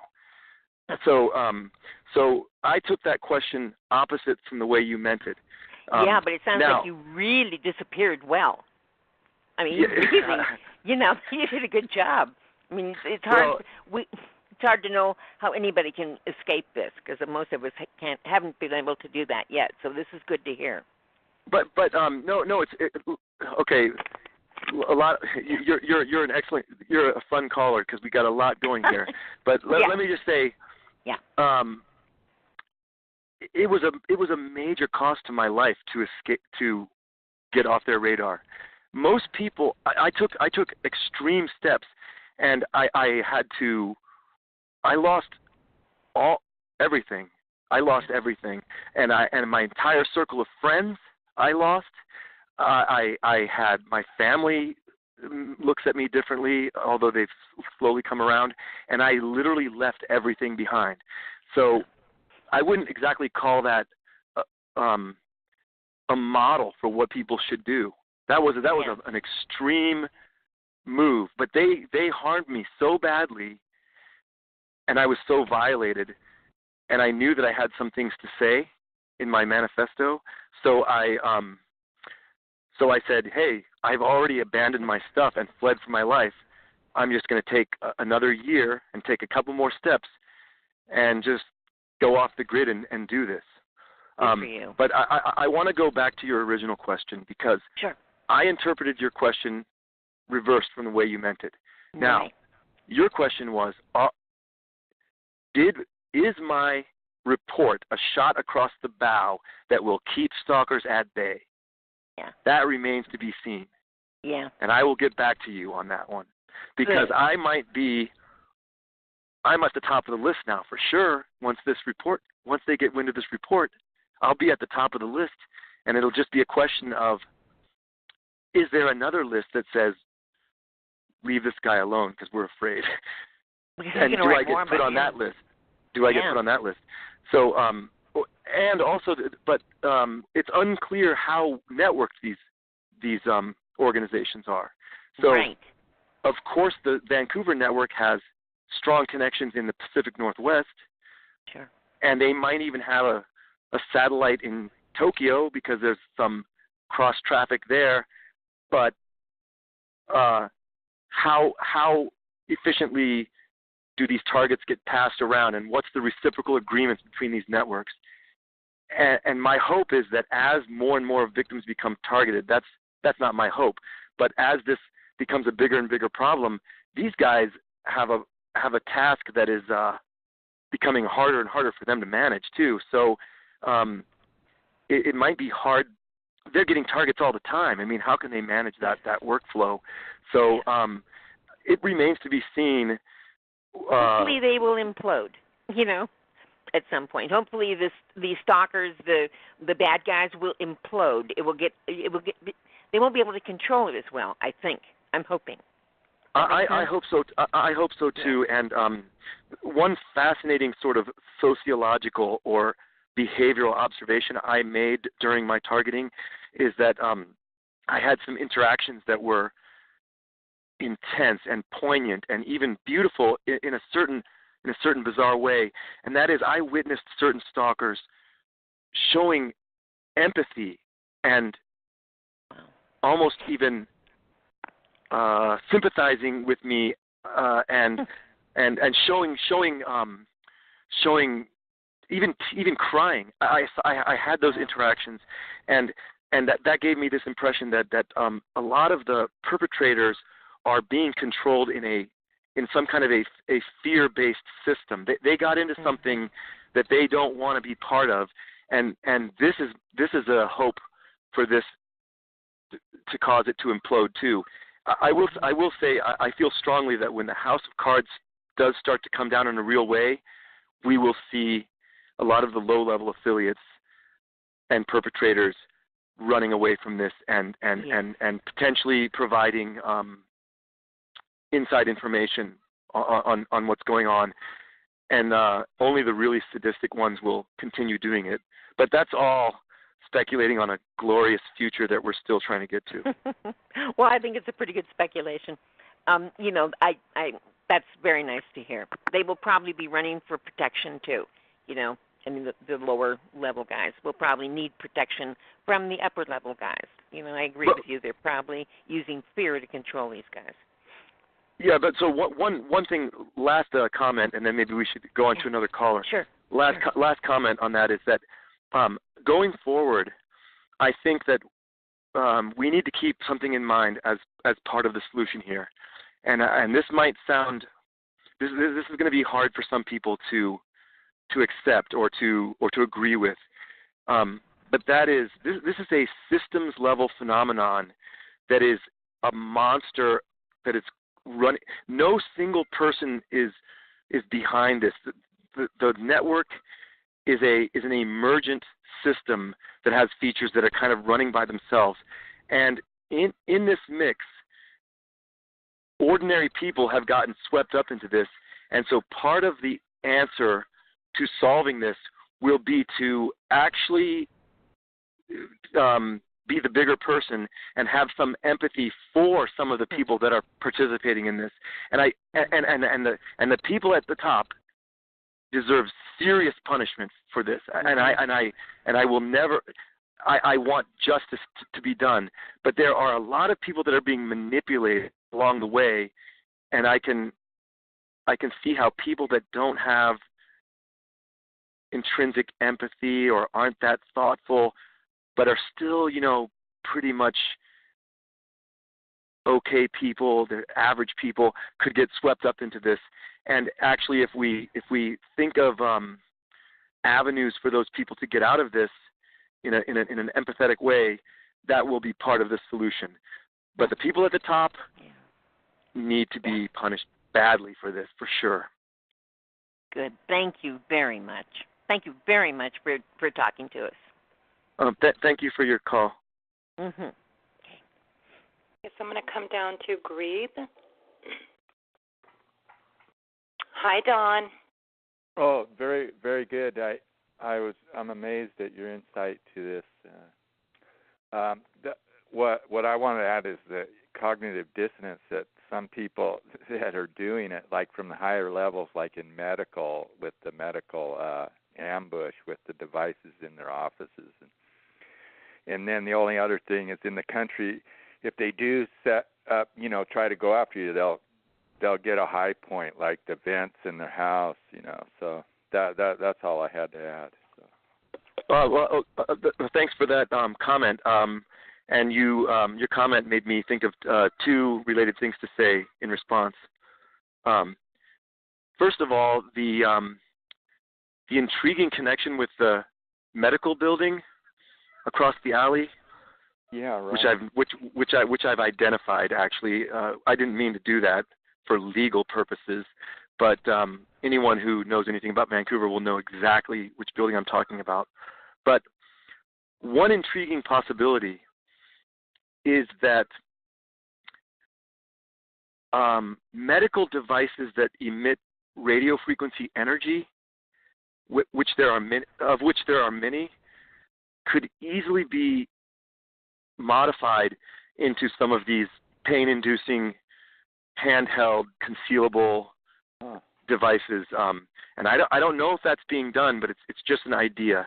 You have like devices that do skin resurfacing and ablate varicose veins. You have physiotherapy devices that put radio frequency energy into the body. You have diathermy. You have all these devices and companies that sell these things. And what these amount to basically are small amplifiers and energy sources that are the size of clock radios and a waveguide or a cable which is connected to a handpiece. A lot of the devices are that basically. Now, that if you add an ultracapacitor or a battery to that device, now someone can carry that around in a purse, the energy source, and the waveguide can run inside their sleeve, and they can have a modified handpiece that could be an emitter that they're holding in their hand, or somehow cleverly conceal on their skin, or they conceal it like in a cell phone or a laptop. They mount them in those. But what I saw glimpses of or indicators of, can you guys hear the Canadian geese in the background? Yes. That's a great backdrop for Vancouver, for a story about Vancouver, Canada. But anyway, what I saw glimpses of in my, and this is like informed speculation. This is not concrete, but I saw basically people carrying around tote bags, but it wasn't like the bag was emitting it. They actually had that connected to a cable, and then the cable was being aimed, sometimes cleverly disguised on their skin, covered up with makeup, and then the emitter was actually on their hand, attached to their hand.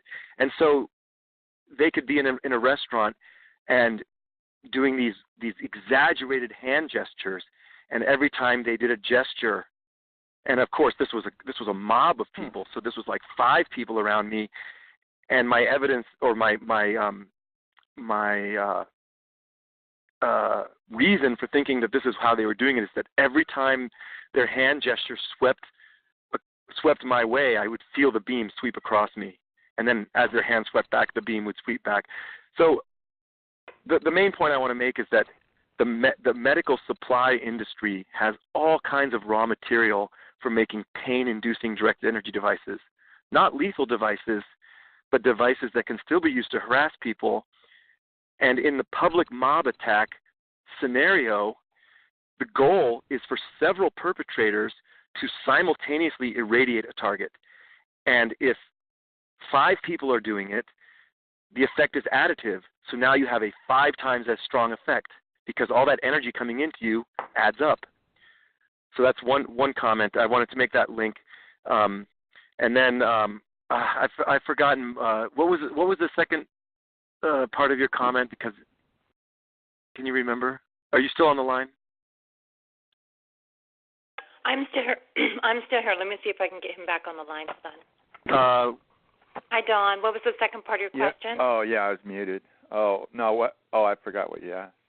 Yeah, I got on a tangent. I think that the geese. Yeah, I've seen them in laptops. They followed me into when I was on jury duty. They burnt me there. Let's see where else. And, at a laptop, and then a couple times. Different. They can disguise. What with the right raw material. They can disguise these things in a variety of ways, and I think the capacities or the capabilities are getting miniaturizable. The very small devices don't do as much harm, but I make a point about this in my report is that the effects are additive, and so they can be really uncomfortable if a bunch of people are using small devices, and not only that, but even the fact that someone can even give you just like a little tingling, a slight tingling that doesn't even really hurt that much. It's the perfect harassment device because they can just say, by doing that, they can say, I'm here, we're here, I'm here. So it's just like touching you at a distance. It's like someone going around going, we're still here.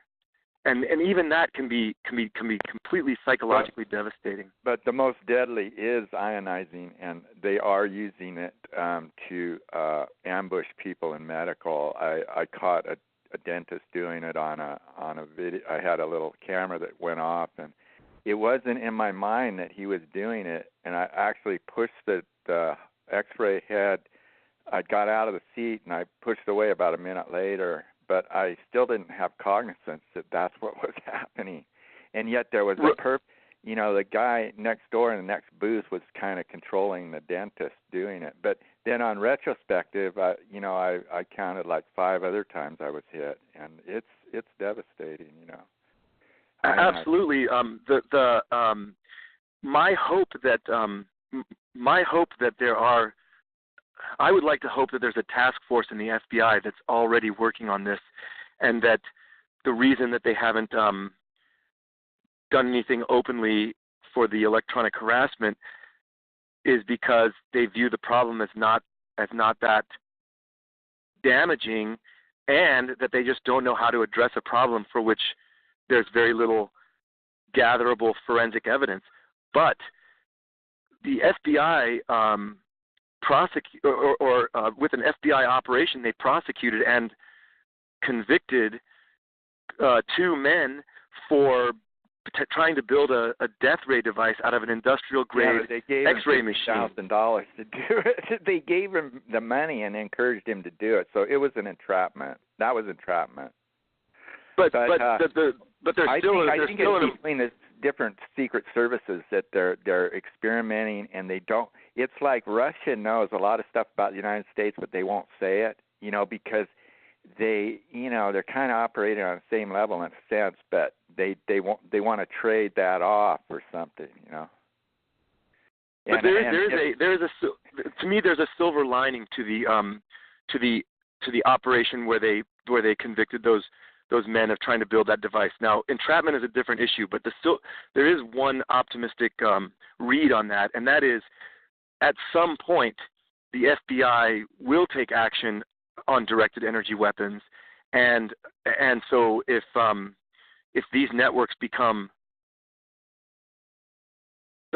dangerous enough, which I think some of them already are, is that the FBI has an interest in this issue. Now, of course, they used entrapment to investigate those guys, and so the real question is, it's a cost-benefit kind of analysis.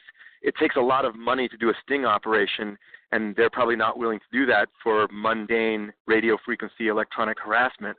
But maybe if enough people can show how much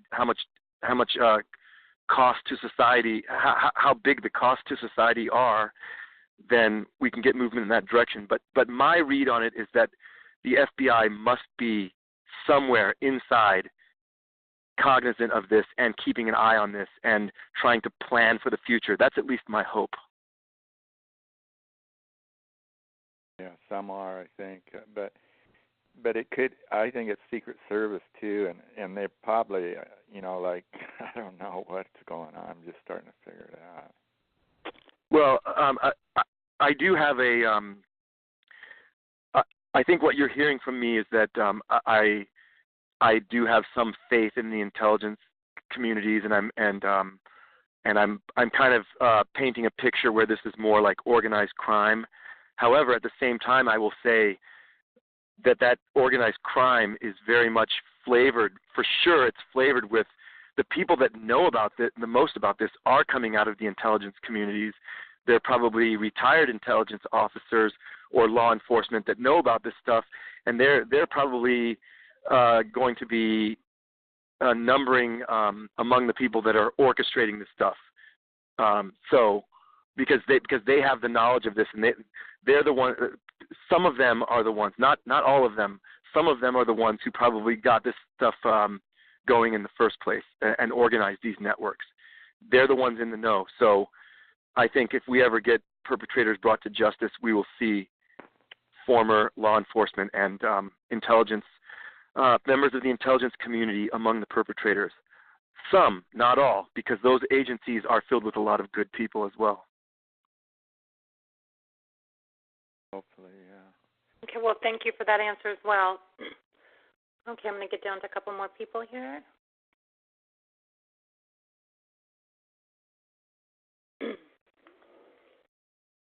Hi, James. You're on the air. You have a question for Dr. Aaron? James? We'll give him a second.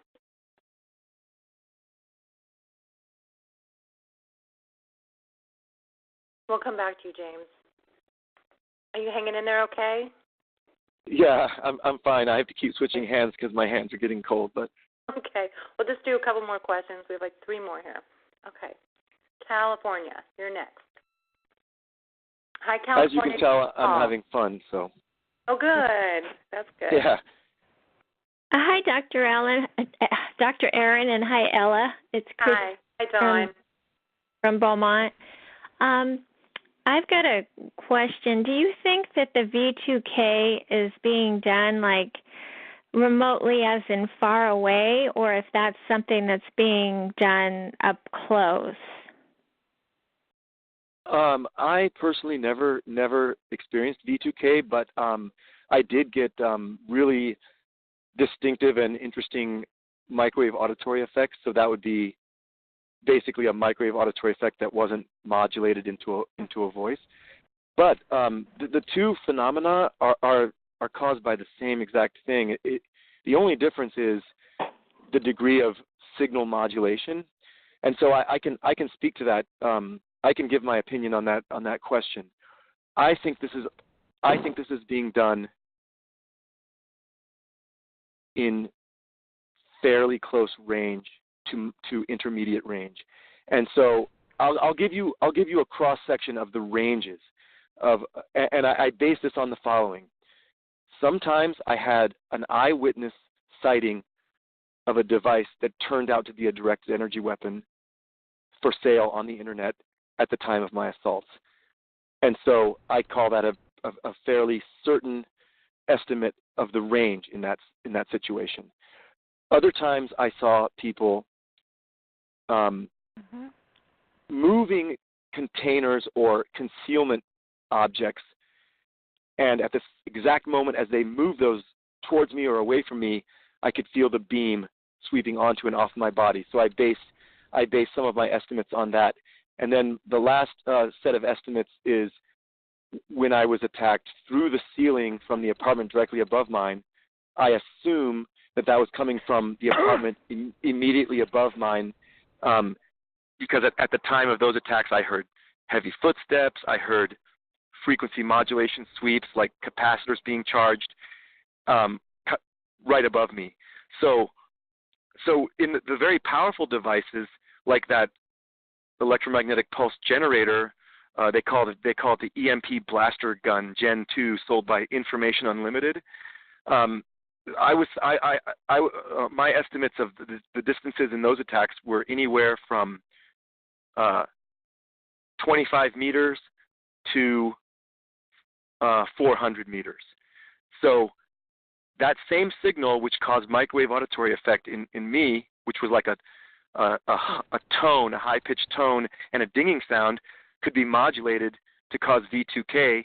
And so V2K, so I'm concluding that V2K could have been piggybacked onto that signal, and that could be done up to 400 meters away, and probably further. But the smaller devices, my perception, based on my own observations and perception, which are all somewhat tenuous, and as we all know for this, but there was an attenuation of the signal strength with distance. And those smaller devices that are more like handheld or carried or taken around in suitcases or mounted on cars, those are operating in the range of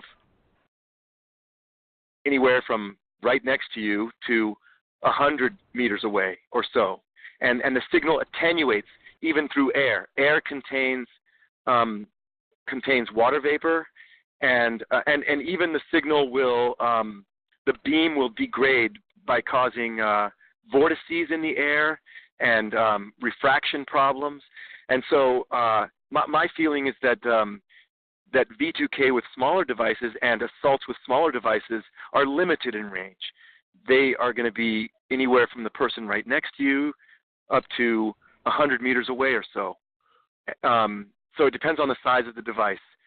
And again, I will qualify that by saying I only had the run-of-the-mill vanilla microwave auditory effect, which was a high-pitched tone at the upper limit of my hearing sensitivity, combined with a dinging or a buzzing sound, and that dinging sound was at a lower frequency, like 40 cycles per second, and or 20 cycles per second.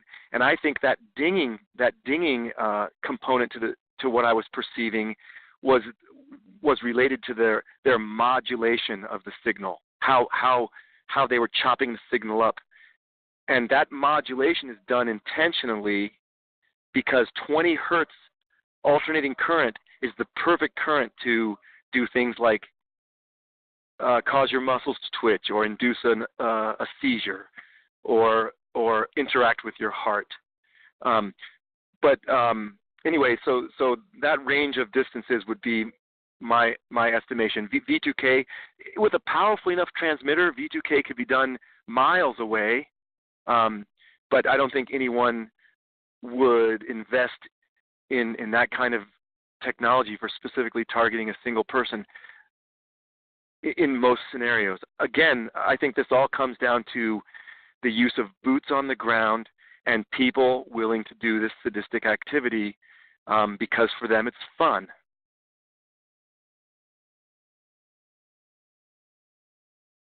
Okay, well, thank you. I'm going to go down to 929.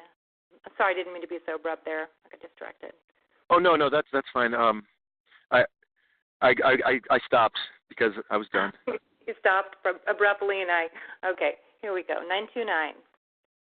It was a slight pause between two abrupt stops. Sorry. V2K is something that many of us experience, but you gave, the fact that you didn't have V2K, you still gave a very reasonable answer. Oh, hello? Yes. Yes, how are you doing? Good, how are you? I'm fine, how are you? Thank you. Pretty good. Just wanted to say hello. Go ahead. Oh. Well, hello, how are you? Where are you calling from? I'm calling from New York. New York? Europe, oh. Yes. Oh, Europe. What country are you in? Oh, no, not Europe. New York. Oh, I heard it right. New York. Have you been targeted in New York or stalked or electronically harassed? Yeah, I have gone through all of it since 2010. Can you quickly share what type of electronic harassment is it from neighboring apartments or on the street? Well, the thing is, I get the stalking, and I get the with the cars and people. I get I'll feel like I'm in a microwave oven sometimes. That kind of feeling. So you don't quite know what's going on. But I get all of it, and I have been completely pretty much isolated. But I think the car-mounted devices is definitely something I experienced, and I think a lot of people have experiences with being assaulted while walking next to a road or even while driving in your car from other vehicles. Yeah, it's like everywhere I go, though. It's never ending kind of thing. Since like I said, it's been 2010. Do you mind if I ask you, are you from the Caribbean originally? No. I'm from originally Africa. I used to live in Africa. Have you been back and did you experience any electronic harassment in Africa? Oh no, I haven't been back for a long time, but I never experienced that. Like I said, maybe it was going on, since I've been in this country for 30 years, but I became aware of the stalking and everything in 2010. From after I went through some problem at the job. It started from the job, and when after I left, I went on involuntary kind of leave of absence. Can you speak up just a little bit louder? I want to hear what you have to say. Oh yeah, I said after I was put on involuntary leave of absence, and because after I think they call it mobbing kind of situation, and that and it never stopped.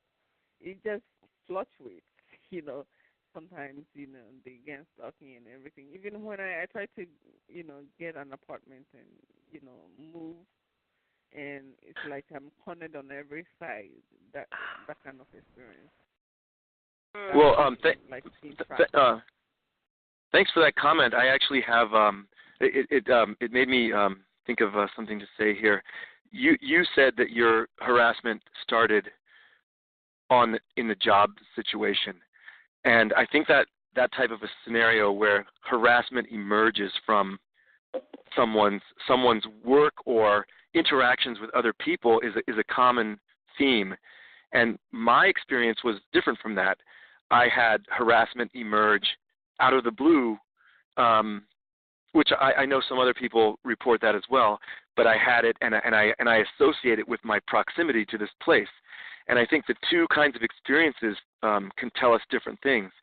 And when I hear about people being harassed and it starts in the workplace, that can get to maybe some of the criminal profit-based motives behind this, potentially. And that's I've been listening to a lot of accounts like that, but that's foreign to my account. That's not something I experienced. And so it's in some ways more frightening because it implies that there's a system going on where people's names are being traded around for targeting and harassment. I mean, in the workplace? I mean, what kind of a company would want that going on at their workplace? Or can they, or are they even in control of it? And what are the profits and motivations driving this? Whereas my case, I would say perhaps I gained some insights into seeing the network from a different perspective and maybe seeing it before I was a target and seeing how one potential network, at least the one in Vancouver, is operating. And I think depending on your history with the targeting, we're seeing different sides of the same systems, and if we think about that, maybe we can start to put together better models for how this is all working. Well, thanks for that. Thanks for that information, and thanks, New York, for checking in and saying hello. We really appreciate it. And I see Bella has a question. Hi, Bella. Hi. Is my phone making noise? I'm having problems. A little bit, but your phone typically does, but it's not too bad. It typically does? Okay. Yeah, it usually does, but it's not as bad as usual. You guys know each other, or that was a slightly sarcastic comment? Both. No, we know. Okay. I just got Bella. She's one of the best researchers. She has a really great site, information for TIs, WordPress document, and it's wonderful. So I really respect Bella, and she's been a moderator. So, yeah, Bella. Oh, thank you, Ella. Thank you. Sorry about the phone. It's a new phone, but it's not working correctly. Dr. Aaron, thank you for being on. You said your PhD is in neurobiology? Yes, it's actually neurobiology and behavior. So it was mainly in a department that works on animal behavior, everywhere from like the neurobiology behind it to the ecology that affects it. But in science, in biology, animals are used as models, but always the same processes work in humans as well. So it translates to humans as well. Right. Just a little bit of wanted to throw this in. I traveled from California to New Mexico. I have V2K. It's pretty much 24/7, and there was not a glitch in the targeting on the plane, on the ground. It didn't matter. It was seamless. So just to kind of keep your mind open a little bit about it being remotely deployed, because I think it is in many cases. Okay. Absolutely. I don't want to at all imply that my conclusions are general or even the expected conclusions. Everything that I've said tonight was based on what I experienced personally. Right.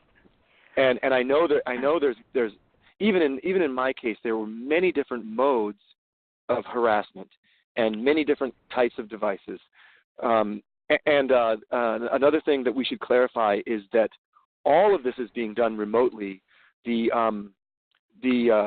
issue or the question is what's the distance of remoteness? So you're saying that your experience is consistent with an influence that's very remote. Yeah. Whereas I'm talking about an influence that's remote but within the line of sight. Right. Because I do not a lot of traveling, but some, and again, it's been seamless wherever I go. But just because you are so knowledgeable for being in this such a short time, we want you on our team. So if you can kind of maybe, look into that aspect, because a lot of our targeting varies, and I think that's purposeful to kind of keep us off balance. We all vary just a little bit. So the other thing. Well, okay. I would say that your experience or your history with this is in those cases, then that's when the satellite hypothesis and the implant hypothesis both start to make a lot more sense, when something is that continuous and that seamless and happening over that much of a remote distance. So those possibilities definitely need to be considered. I mean that's an astounding level of harassment, or the cell phone or like cell phone tower type scenario. But to be able to experience V2K seamlessly before, during, and after a flight, that's mind blowing, and and those possibilities are what we are up against. So I'm astounded by that, and you're not the first person who's reported that. So right, and many of us feel that. What Bella said as well. I've been on airplanes and received attacks. B2K. It doesn't matter where I go. It seems to be the same. Sometimes when I'm out on the ocean, like when I was on a boat, I didn't, but I don't know. Sometimes there's so much going on, you can't feel as much, or you can't hear, it's noisy, so maybe it's just all, muted out in a way, with all the sounds. So that's the only time I kind of noticed some relative peace.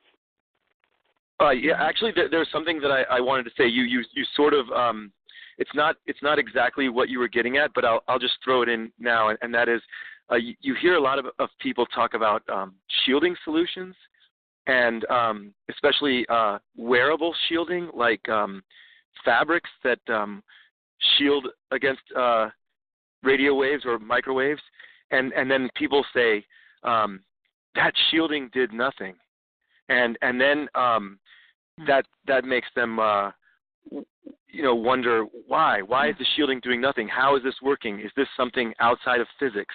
I'm not saying that this is a tangent that you just sparked in my head, but and I wanted to make this point earlier. When the reason I think that the fabric shielding is only partially effective, and we shouldn't expect more of it, is when you it's like if you shine a flashlight through a cotton garment, the light still goes through a little bit. It attenuates it a little bit. So shielding in that scenario, you shouldn't have great expectations for wearable shielding. Now, I apologize. That was a complete tangent with what you said, but you made me think of it because these different modes of attack and our conclusions from them, there's so much to take in, and clearly they're throwing a lot at us, and that's part of the game. Oh, absolutely. A lot of us think this is a partly human experimentation as well. And the other thing is nanotechnology. I don't know if you've studied that, but I've written about it a little bit, but I'm not a scientist. I don't do nanotechnology at all. So, okay. About the human experimentation. Experimentation is being done for sure. Even the people, whether this is like a government level experiment or groups of ordinary people acting as stalkers, they are messing with people in a behavioral experimental way. And even I had that feeling when I was being harassed, because they're constantly looking at how individuals respond to these things. I remember one time before the harassment got overt, and I was interacting with those people across the alley, and I remember one of the messages that I put on a big piece of cardboard and held up to my window one time at the shadowy figures constantly partying and doing dirty things in that medical building.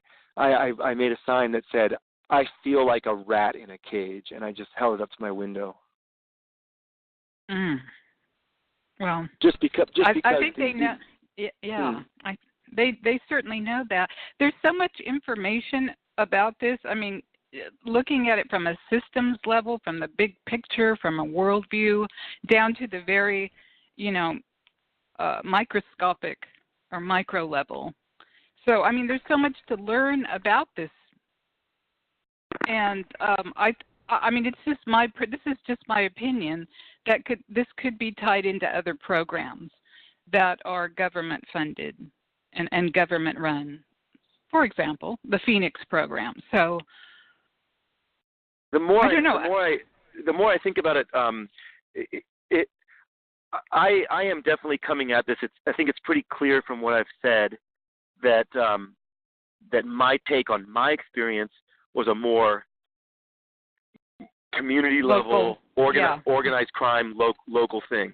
But the effectiveness of that to blow my mind and destroy my life and inflict pain on me was so effective that certainly the government must be aware of it. So the temptation is there for them to be employing the same tactics on a grander scale, for sure. Maybe it really is being orchestrated at a government level, and what I interacted with was just how they recruit a local community to do this. I mean, that's also possible.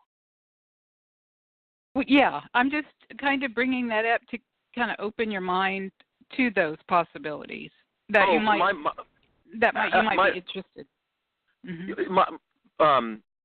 I'm trying to keep an open mind to those possibilities, after writing on this for a year, I have already become. I've been listening to you guys silently for half a year. I've been like every day listening, and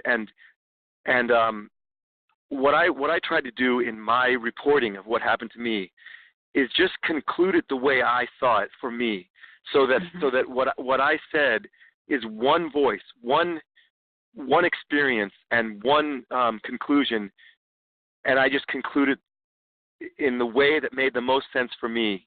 But I don't think anywhere in my report do I rule out or discredit any other possibility.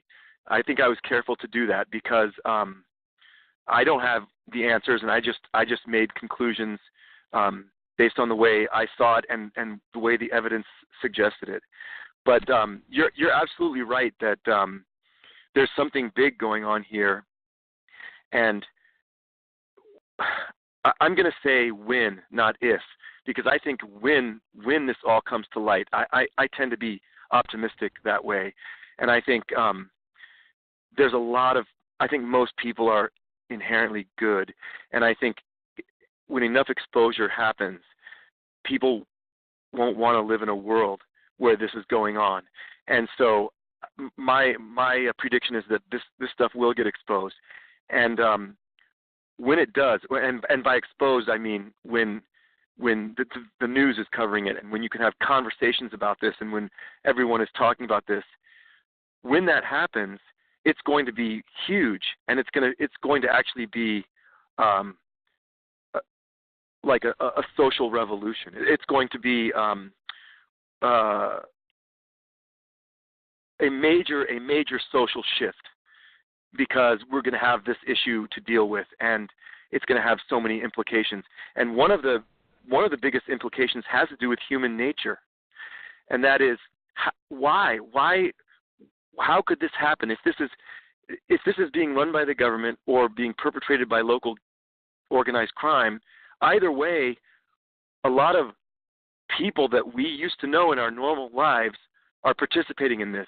And one really fascinating and important question is why? Why would people do that? By doing that, they're actually jeopardizing their own human rights, because the system will get out of control. And if this were happening to them, they wouldn't like it. So why? Why would people behave that way? And that's an interesting question.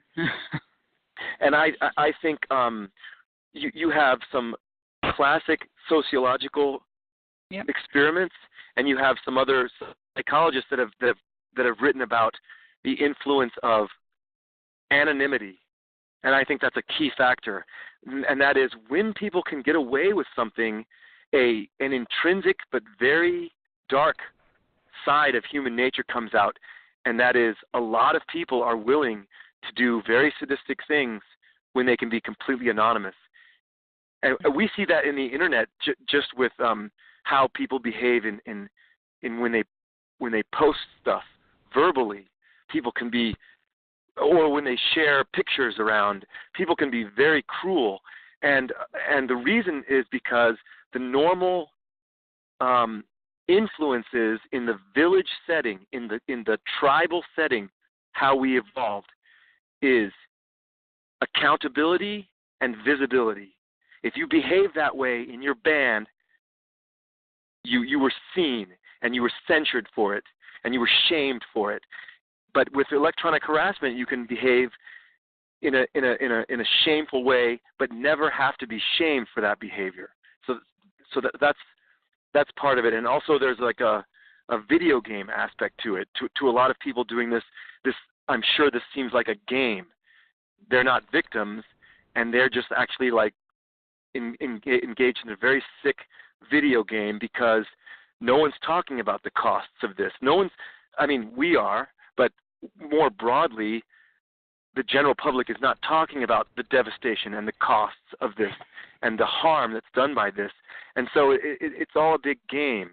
And even getting a little bit of exposure, getting people talking about this, getting people aware of this will cause a sudden shift, because a lot of people that are engaged in this are doing so because no one's talking about this, and no one's. So the stories aren't going into the mainstream media, but I think it really shows a very sinister side of human nature that we really need to learn how to deal with this situation, because other technologies are going to be developed in the future that will be even more dangerous than these directed energy weapons. So, in general, we better learn how to deal with this problem. This is an opportunity in disguise for the world to learn how to deal with emerging technologies. And so hopefully on the other side of this, there will be new social institutions that will help us deal with covert technologies. Hopefully that's where we're headed. Well, the media, is very much compromised. I don't know if you've read any of Douglas Valentine's books, but he wrote about the Phoenix program. His latest book is CIA as Organized Crime, and he's actually interviewed the CIA. They actually brought him in and talked to him. You have to read about him. It's kind of a long story how he got in. But I think as Americans and Canadians, we're a bit sheltered about programs that exist or things, just even propaganda. So, there is a big picture element to all of this in addition to the smaller picture. But I think it's important that we look at everything. I wholeheartedly agree that we are sheltered from this, because my worldview, when this, I'm kind of I'm the kind of person who's sort of innocent and willing to think everyone's great and gives strangers the benefit of the doubt, and that's the kind of person that I like to be. And before this happened, I could have never imagined this kind of activity going on in our society, Canada and the U.S., North America. But to people that have lived in repressive societies, this would be maybe less shocking. But we are naive, and this caused. In the course of, actually, this happened in the course of the first few days of my targeting. My whole worldview turned upside down. It was actually a fascinating process to go through. I've grown as a person from it, because I was shown maybe a more genuine side of human nature, and I was shown a dangerous potential of the way that society uses technology and lies or keeps technology hidden from general knowledge, and those are very dangerous things. And I think that no matter what, on the other side of this, society is going to have a lot of growing to do, or we're just all going to turn over and expose our soft belly to being controlled by a few people. So we better learn this. And any people who are not thinking that this is an important issue are gravely mistaken, because this has huge implications. So I agree with you 100% there. Well, I also, my late husband was in special forces in Vietnam. So, I mean, I was like, you know, flowers and puppy dogs, but he showed me kind of the real world and how things can work in war, during war. And we don't know that here. We haven't lived that. But if you, I really wish people would read about that program. And it is a way for, it's an informant system where the government, you know, brings in law enforcement and civic organizations to target people. So, and in the informant system, they can, you know, don't like the way you look, and they'll put you in this, on the blacklist. So it's really nefarious. Yeah, anyway, I appreciate your insight and knowledge. I really appreciate it. Well, I'm just one of many, but thank you for saying that. And I have been inspired by and learned from a lot of people in the last year. I just did it without ever participating in the discussions. I was just there listening and folding that knowledge into what I was writing about, and trying to keep my writing to as I saw it, but also I hope you get a chance to read what I wrote. I think I wrote a few good passages in that manifesto that I wrote. Look forward to that. Thank you so much. Okay, thanks for your call. Yeah, thank you for that. Again, maybe we'll take one more question, because you sound okay still, but I'm starting to fade a little bit. So, and I think a couple other people too. Let's go to. Oh, there's so many questions for you. We might have to have a part 2, if you're up to it one of these days. I went way longer than I thought, didn't I? Okay, one more question. That sounds good. Okay, one more. I'll just do New York. Hi, New York. Did Sean send you a text message that said, cut him off, cut him off? No, he's like me. He's like, I'm kidding. Okay, well, thank you. All right. We don't, honestly, we could listen to you for 10 hours. You've been in the top 3 of my favorite guests I've ever had. I'm just so appreciative. I think you're a real gem. And, you know, like I said, I'm just so impressed with you, and I'm glad you were able to connect with Sean. And there's a couple other people, you know, we'd like to get you in more contact with, and there's a couple of women that one of them I don't think you've been in contact with, but you know, there's some people we want to put you in touch with tomorrow. So hopefully we'll be able to speak tomorrow as well. Well, that would be great, and I hope that we'll save this for another one, but maybe Sean and I will have something to report in the not too distant future, but we'll save that for another time. Okay. Well, thank you. Okay, New York, you're on. Thank you so much. Unfortunately, I'm not always able to listen to all of the calls, and I got in and out. I missed a lot, unfortunately. That's not my choice, incidentally. Read between the lines. I am so impressed that you were able to write through all of this. I've also completed a book over the past 8 years, but it's not been easy because of the constant corruption of my computer. And I don't know how you were able to write as much as you did, because even offline, they have total access to my computer. Next thing, I missed the one thing that you can answer in maybe 2 sentences. How were you able to get out of this? Do you have any idea? I'll summarize again. I spoke on that earlier, but I felt so violated by what happened to me, and quite frankly, I was fearful for my life.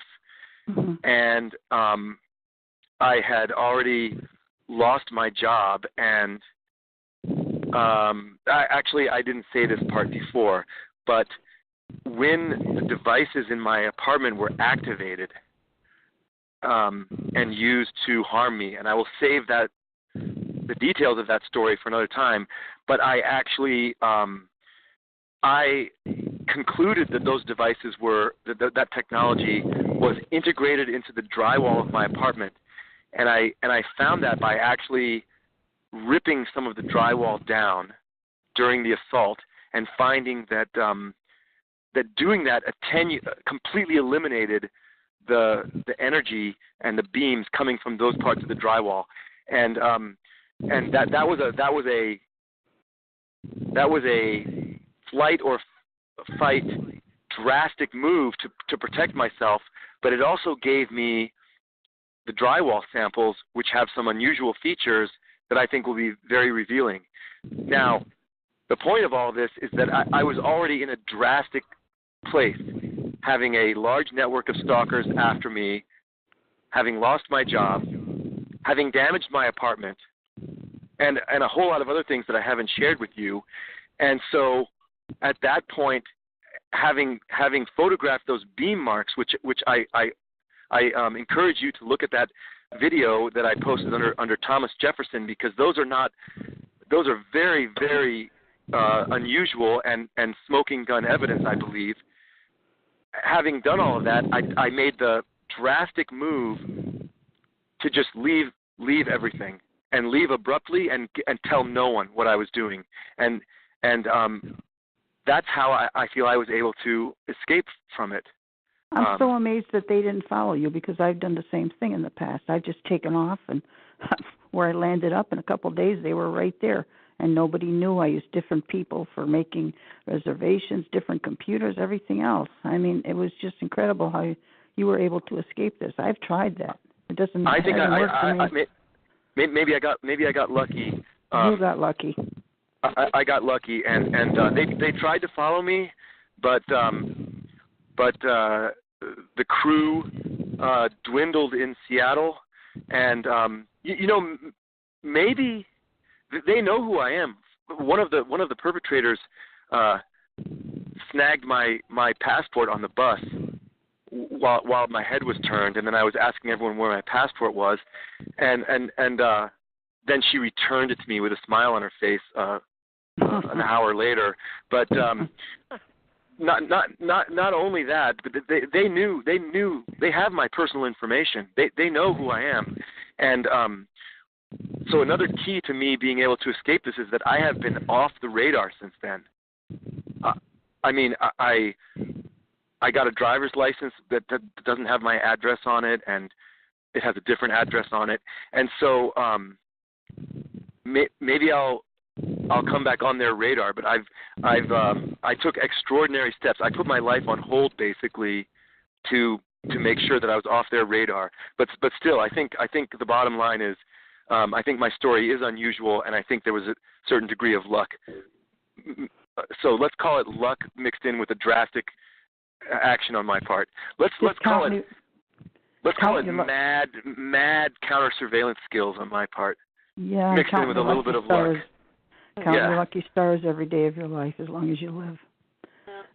Because I've been doing this over 20 years. Well, no, but that assumes that I'm not going to be retargeted or picked back up by them again. So, I'm not assuming that my targeting is over forever by any means. I've already made a shielding kit, and I'm expecting it to restart. I'm being cautious. What do you find about is your best shielding?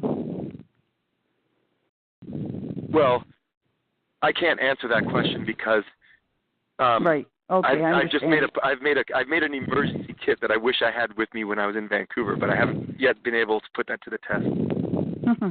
Interesting. I've so enjoyed you. I hope that Ella has you on, and once again I'll somehow figure out a way to get in with another number or something. All right. Well, I hope.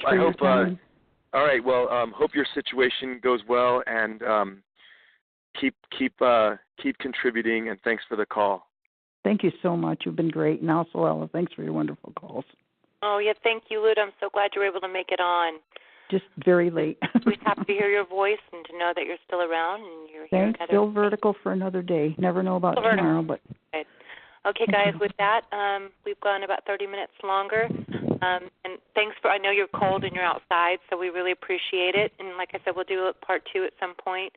We'll touch base tomorrow. Sean has my information, too. And we'll touch base about some of the people we were hoping to get you in touch with. And again, like I said, you've been one of my favorite guests and favorite people, from what I can tell and what I can surmise. You seem like just a really great man, and we appreciate your time.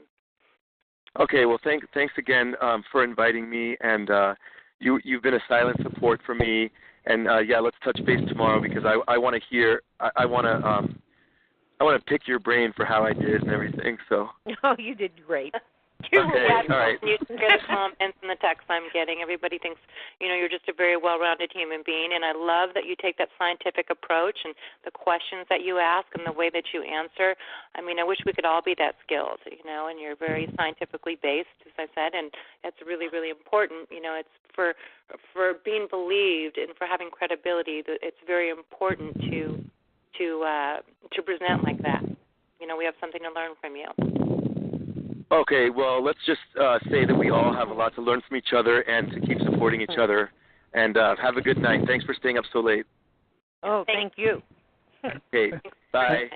Thanks, Matthew. Have a good night. Okay, talk to you later. Bye.